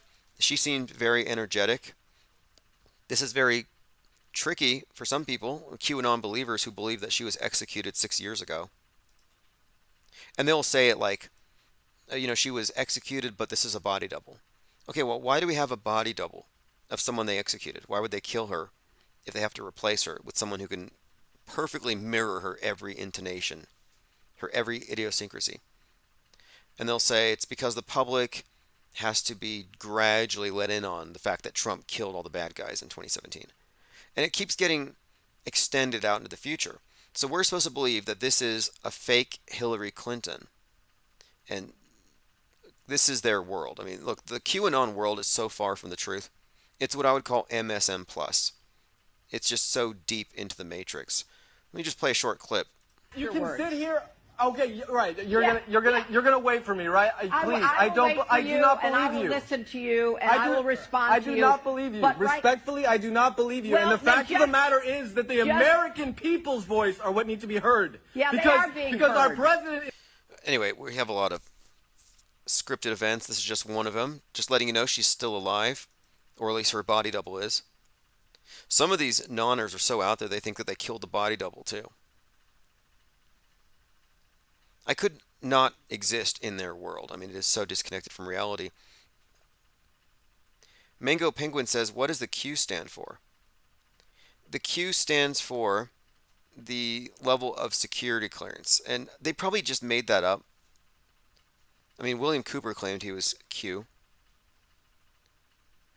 But I think Q, the movement Q, the PSYOP or whatever, it's an amalgamation of a lot of different conspiracy threads and religious cults, Seventh-day Adventism, the Church Universal Triumphant. They've taken these tried and true methods for enslaving people to this belief of an impending cataclysm and rebirth of society. It's all a cult. This is where it's at. It says body double lives matter. Yep. Well, again, the idea that they're faking Hillary Clinton and bringing her back, this is just delusion. And delusion needs to be called out. When I'm saying that things are fake, I want to make this point. I am not a reality denialist. I am, in fact, insisting upon reality by refusing to accept augmentations.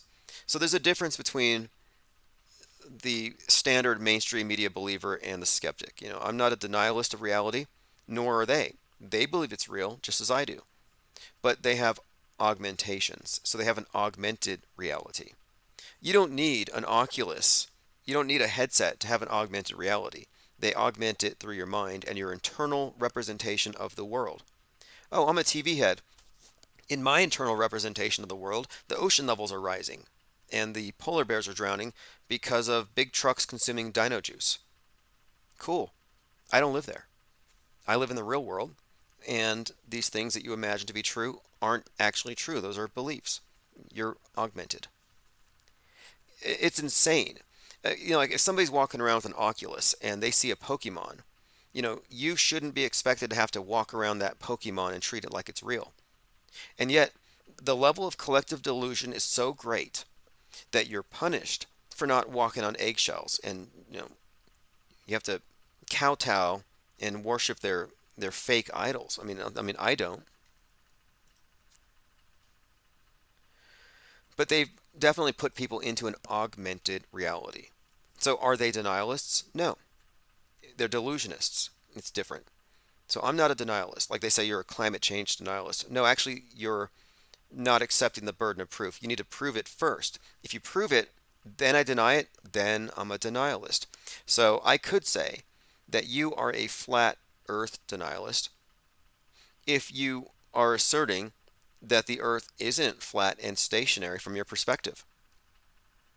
You're a flat earth denialist. I could actually say that, and you could not call me a globe denialist.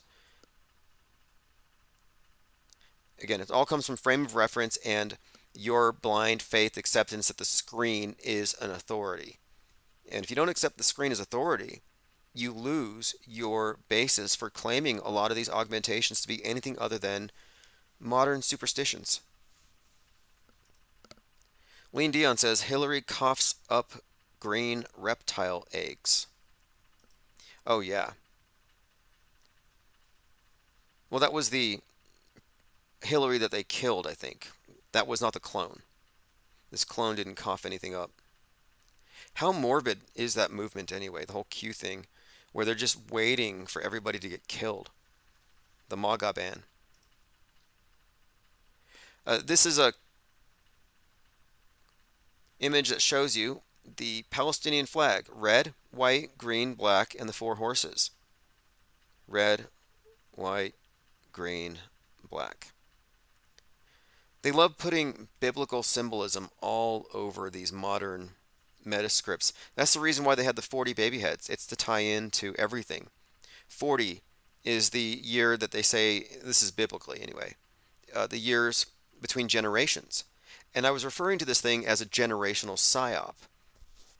The psyop being on the 50th anniversary of Yom Kippur. You have the same thing happening. This generation's 9/11. 9/11 was this generation's Pearl Harbor.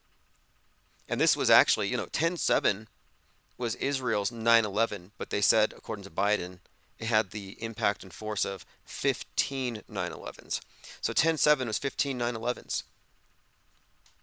But it was the Pearl Harbor of this generation. Yes, 5 minutes of fame. Hillary fainted at the 9/11 memorial when JFK was in the van. That's the mythology. That Hillary Clinton was at the 9/11 memorial, and then she gets picked up and taken up in a van where JFK Jr. is waiting, and she was then carted off to Guantanamo and executed. But then she keeps showing up, and so they had to keep moving that story and evolving it.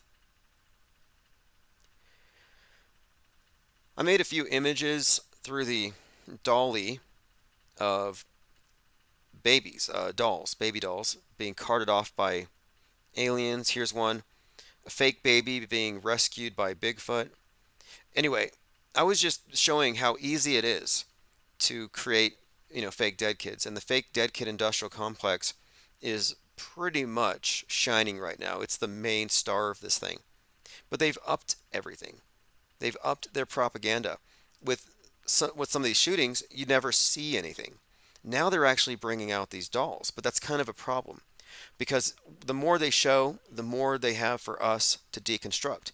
I maintain this is why the ISS is so minimalistic.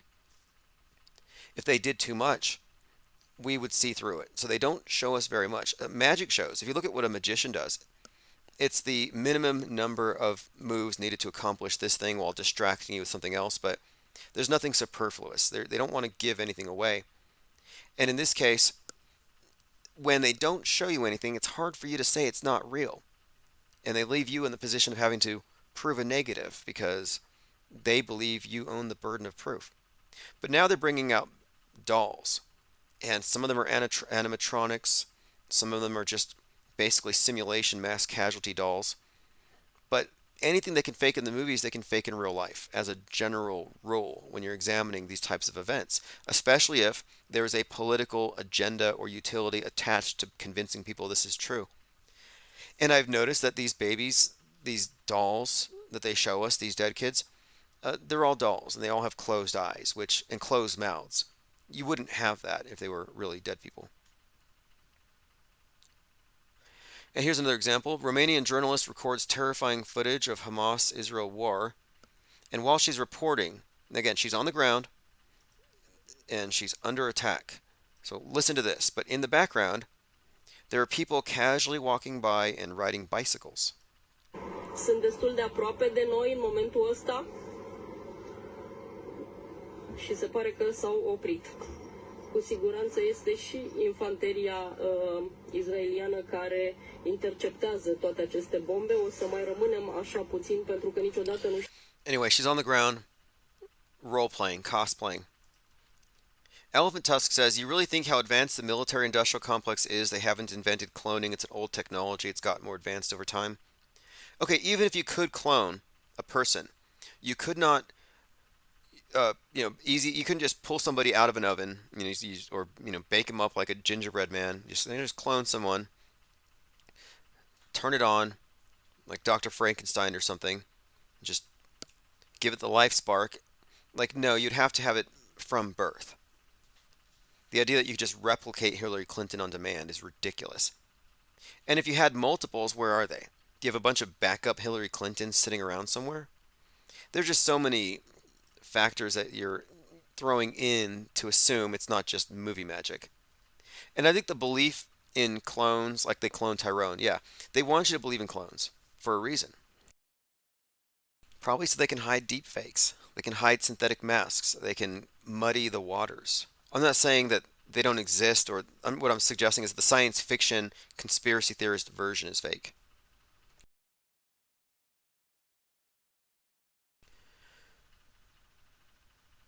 But another point too, how advanced is the military-industrial complex? Nukes are fake, space travel's fake, weapons of mass destruction, pretty much fake. It's also the case that the military are the most brainwashed people in the world. Thinking about that, when I was in the military, I was brainwashed. I went through the brainwashing process, and I was part of a group, an MOS, which is present in every single unit, the NBC-NCO, the Nuclear Biological Chemical Specialist. And the purpose of that person in every unit is to maintain unit readiness for nuclear, biological, chemical warfare attacks. Everybody's MOP suits, their masks, decontamination procedures have to be standardized. Everyone has to pass the test on how to get into your new MOT suits, clean your vehicles, etc. The whole thing is all about decontamination for radioactive fallout, etc. My point being, every single person in the military believes in weapons of mass destruction. They all center their lives around protecting people from these things. And there's no way any of them could know for sure because everything is so compartmentalized.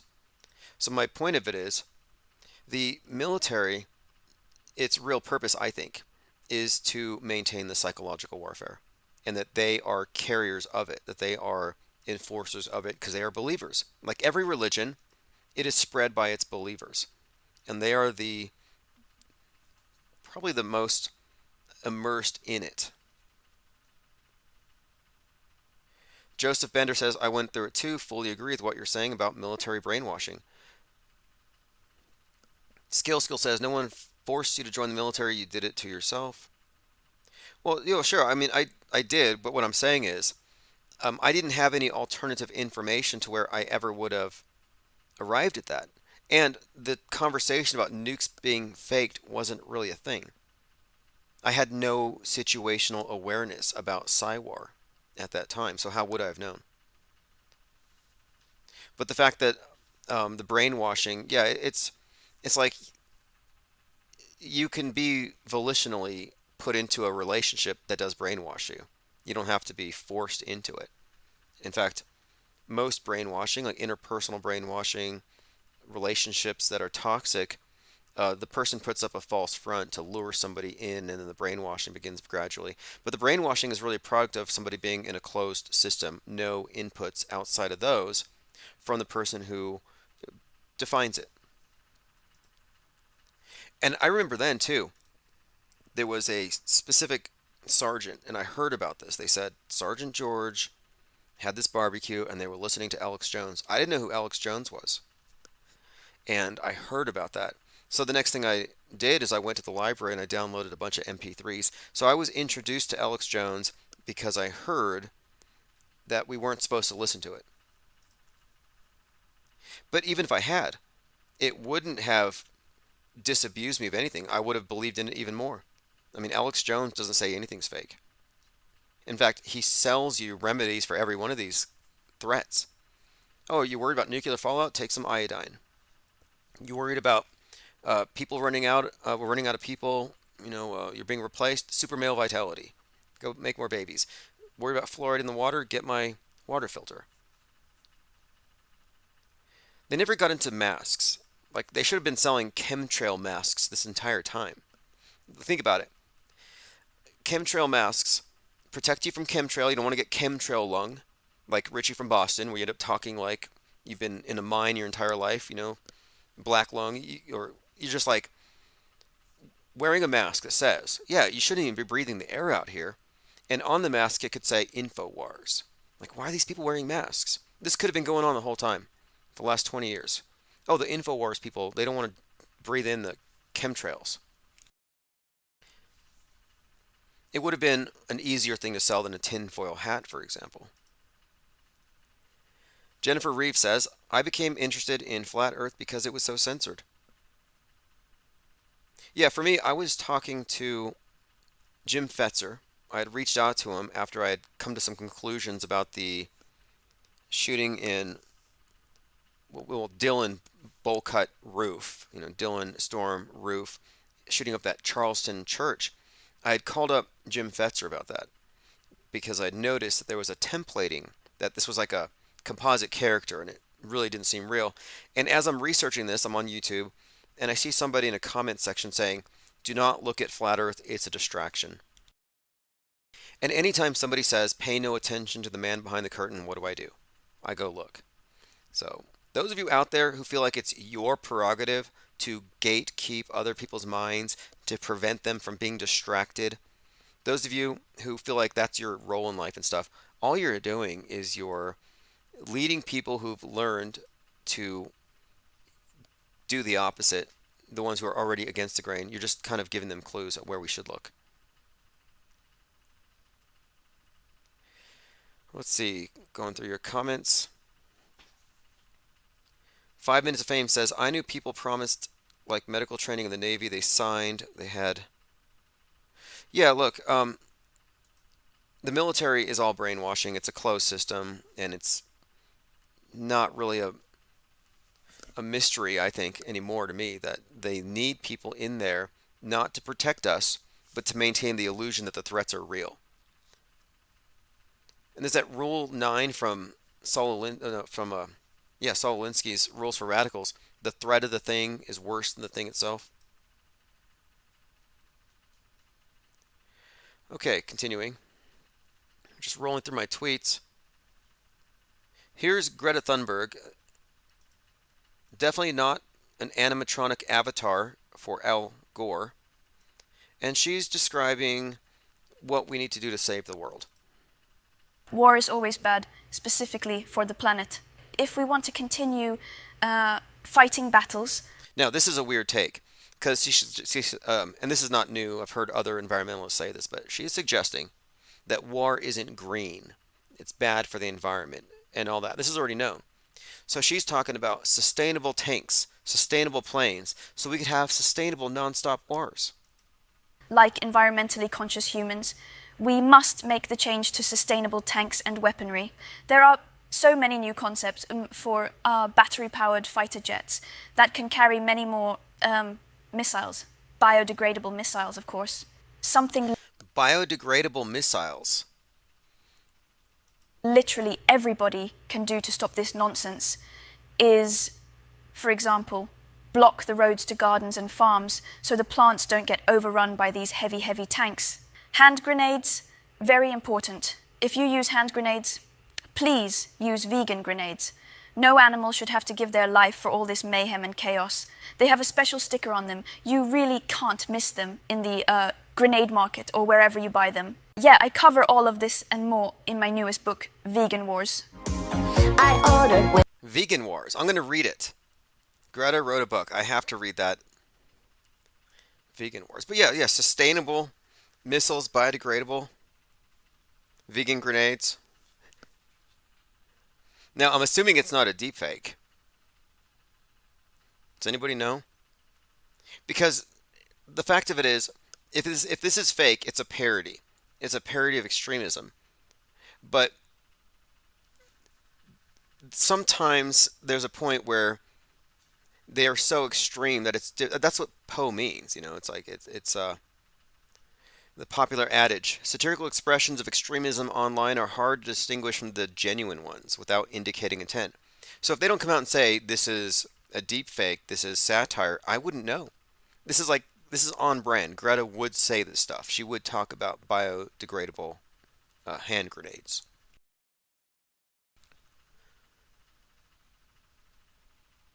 Okay, let's see what else. Yeah, I wasn't going to miss that one. Yeah, AI generated satire. And there have been studies that say most people will share these things if they just agree with it without even caring about whether it's true or not. It's very subjective. In my reality, this is how the Mandela effect would work. In my reality, it was, whatever the Mandela effect is, but in my reality, it was always Berenstain Bears. Oh, I didn't have that one. Oh, no, that's not in your reality. What about Timmy? Did Timmy fall down the well? Yeah, that's part of my reality. Oh, mine too. See, the Mandela affected gender fluid have already figured out how to coexist in purely subjective universes where you choose what you want to believe and what you want to be true for you. So it is true for me that that was in fact real and that this is what Greta Thunberg actually believes.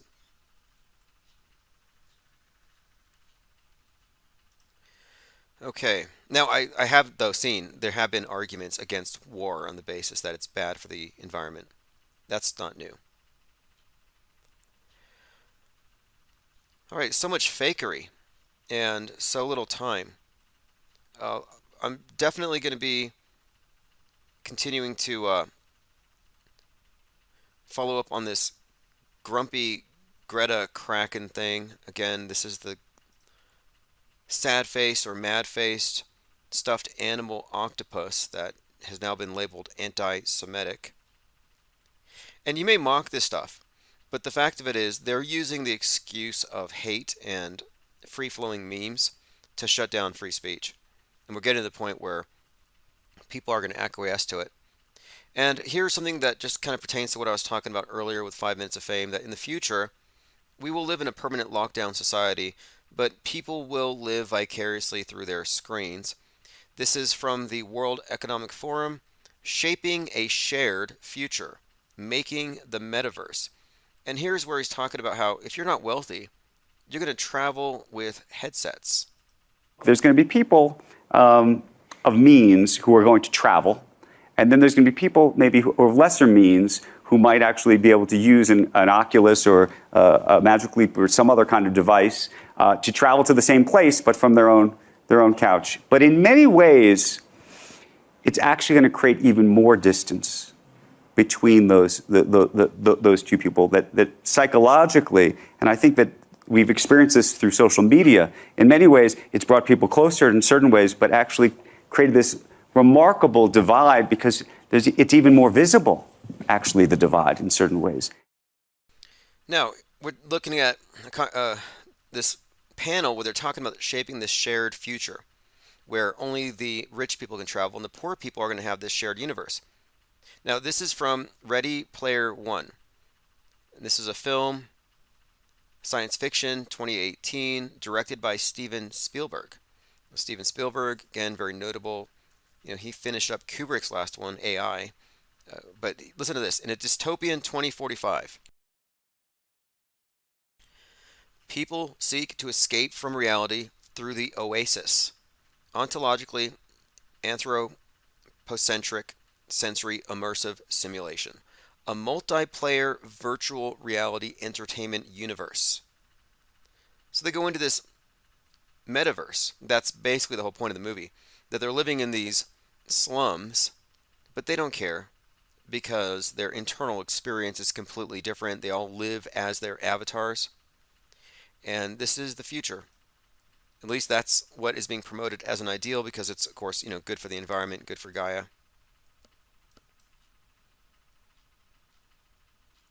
And of course, the more we enter, the deeper we enter into the simulation, the less that we're going to be even capable of reality testing claims, fact checking, and the more it becomes possible for people to enter into pure subjectivity, which makes them purely subject to the scriptwriters and the powers that be. It's one of the reasons why I maintain that we are in a state of philosophical crisis, that the auto-hoaxers, the skeptics, are the only true objectivists in the world today. Elephant Tusk says they also go into The Shining in Ready Player One. Oh, yes. And The Shining, we talked about this the other day, has a sequel called Doctor Sleep, which is fascinating in that it predicts 9/11, or the main character is psychic and he predicts 9/11. Now, it came out after 9/11, this sequel, but it's notable that the movie The Shining predicts 9/11. So the first movie predicts something that happens. The sequel has a character that predicts this thing, but it wasn't predicted overtly. It was only in the subtext. We're talking about predictive programming somehow becoming part of the plot openly in the next one, which makes me think that Stephen King, like Spielberg, is another one of these meta scripters in the know. We need to do a live stream where we just go through a list of like the major meta scripters of our time. Tom Clancy, obviously, Stanley Kubrick, obviously, Steven Spielberg, Stephen King, sure. But there are a few others. Christopher Nolan, then Spike Lee, very big. And we can show where they're influencers, like, James Cameron, another one. But we can show how these various directors whose movies are overly represented in the area of predictive programming, that they're all part of this bigger script. We can kind of show where their works are reflected in the fake news. Pippi Langstruff says Scriptopia.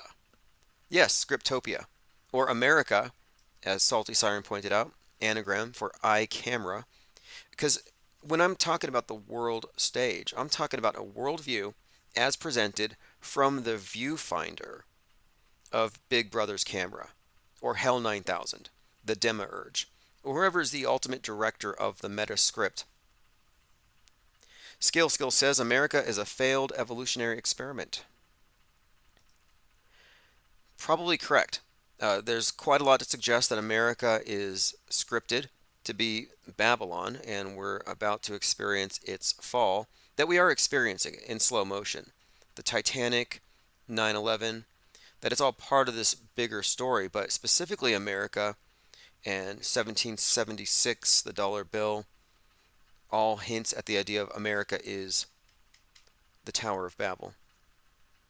And I was just showing you that image from NASA of the dark spot over the Earth from the eclipse, but how it actually kind of looks like this is going to be the coming blackout, the smudging out of the U.S. And one more thing, we're getting really close to 2024. We're going to find out who's going to be our 47th president, Super Bowl coming up, and Super Bowl 47 is the one with the 33 minutes of darkness, the blackout bowl. There's a lot of stuff in our predictive programming catalog we've looked at just suggesting we're headed for a blackout, and this is just one more example, but I think that maybe there is something coming. I don't think they're going to shut off the internet. That would shut off the propaganda, that would break the spell, but I think they're looking for more and more excuses and more acquiescence from the public to go along with selective blackouts. Like the EU is already talking about blacking out X. And remember, this is all over fake news. It's all over propaganda. It's all over agitprop and controlling people's beliefs about it.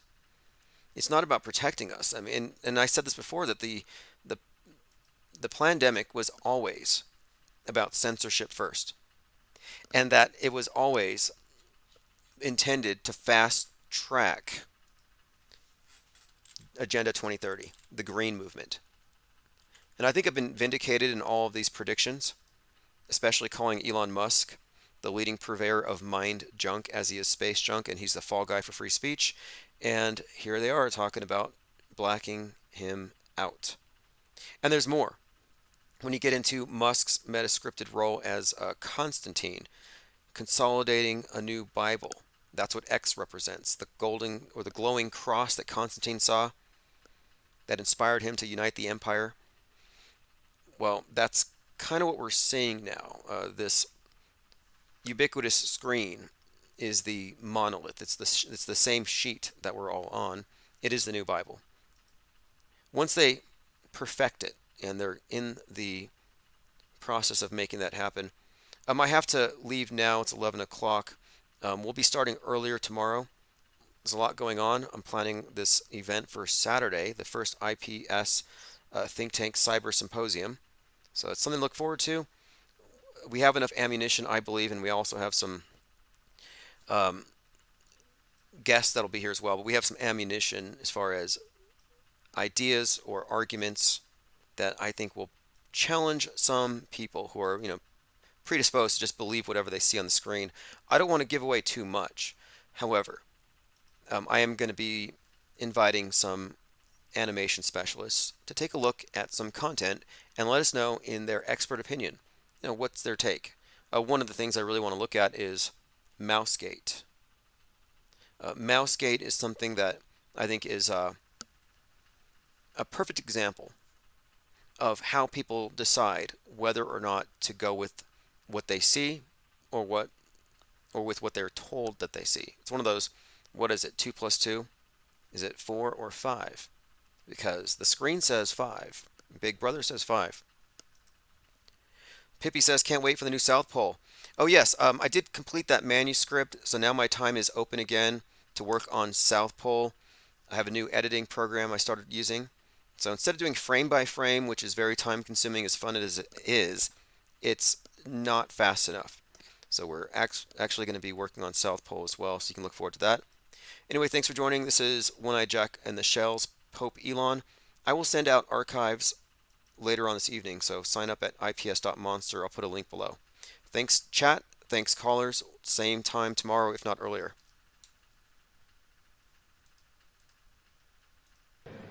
And if you're going to pick some place to die, then why not Mars? Okay.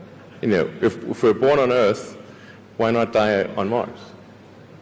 Seems like maybe it'd be kind of exciting. But so I think, given the choice of dying on Earth or dying on Mars, I'd say, yeah, sure, I'll die on Mars.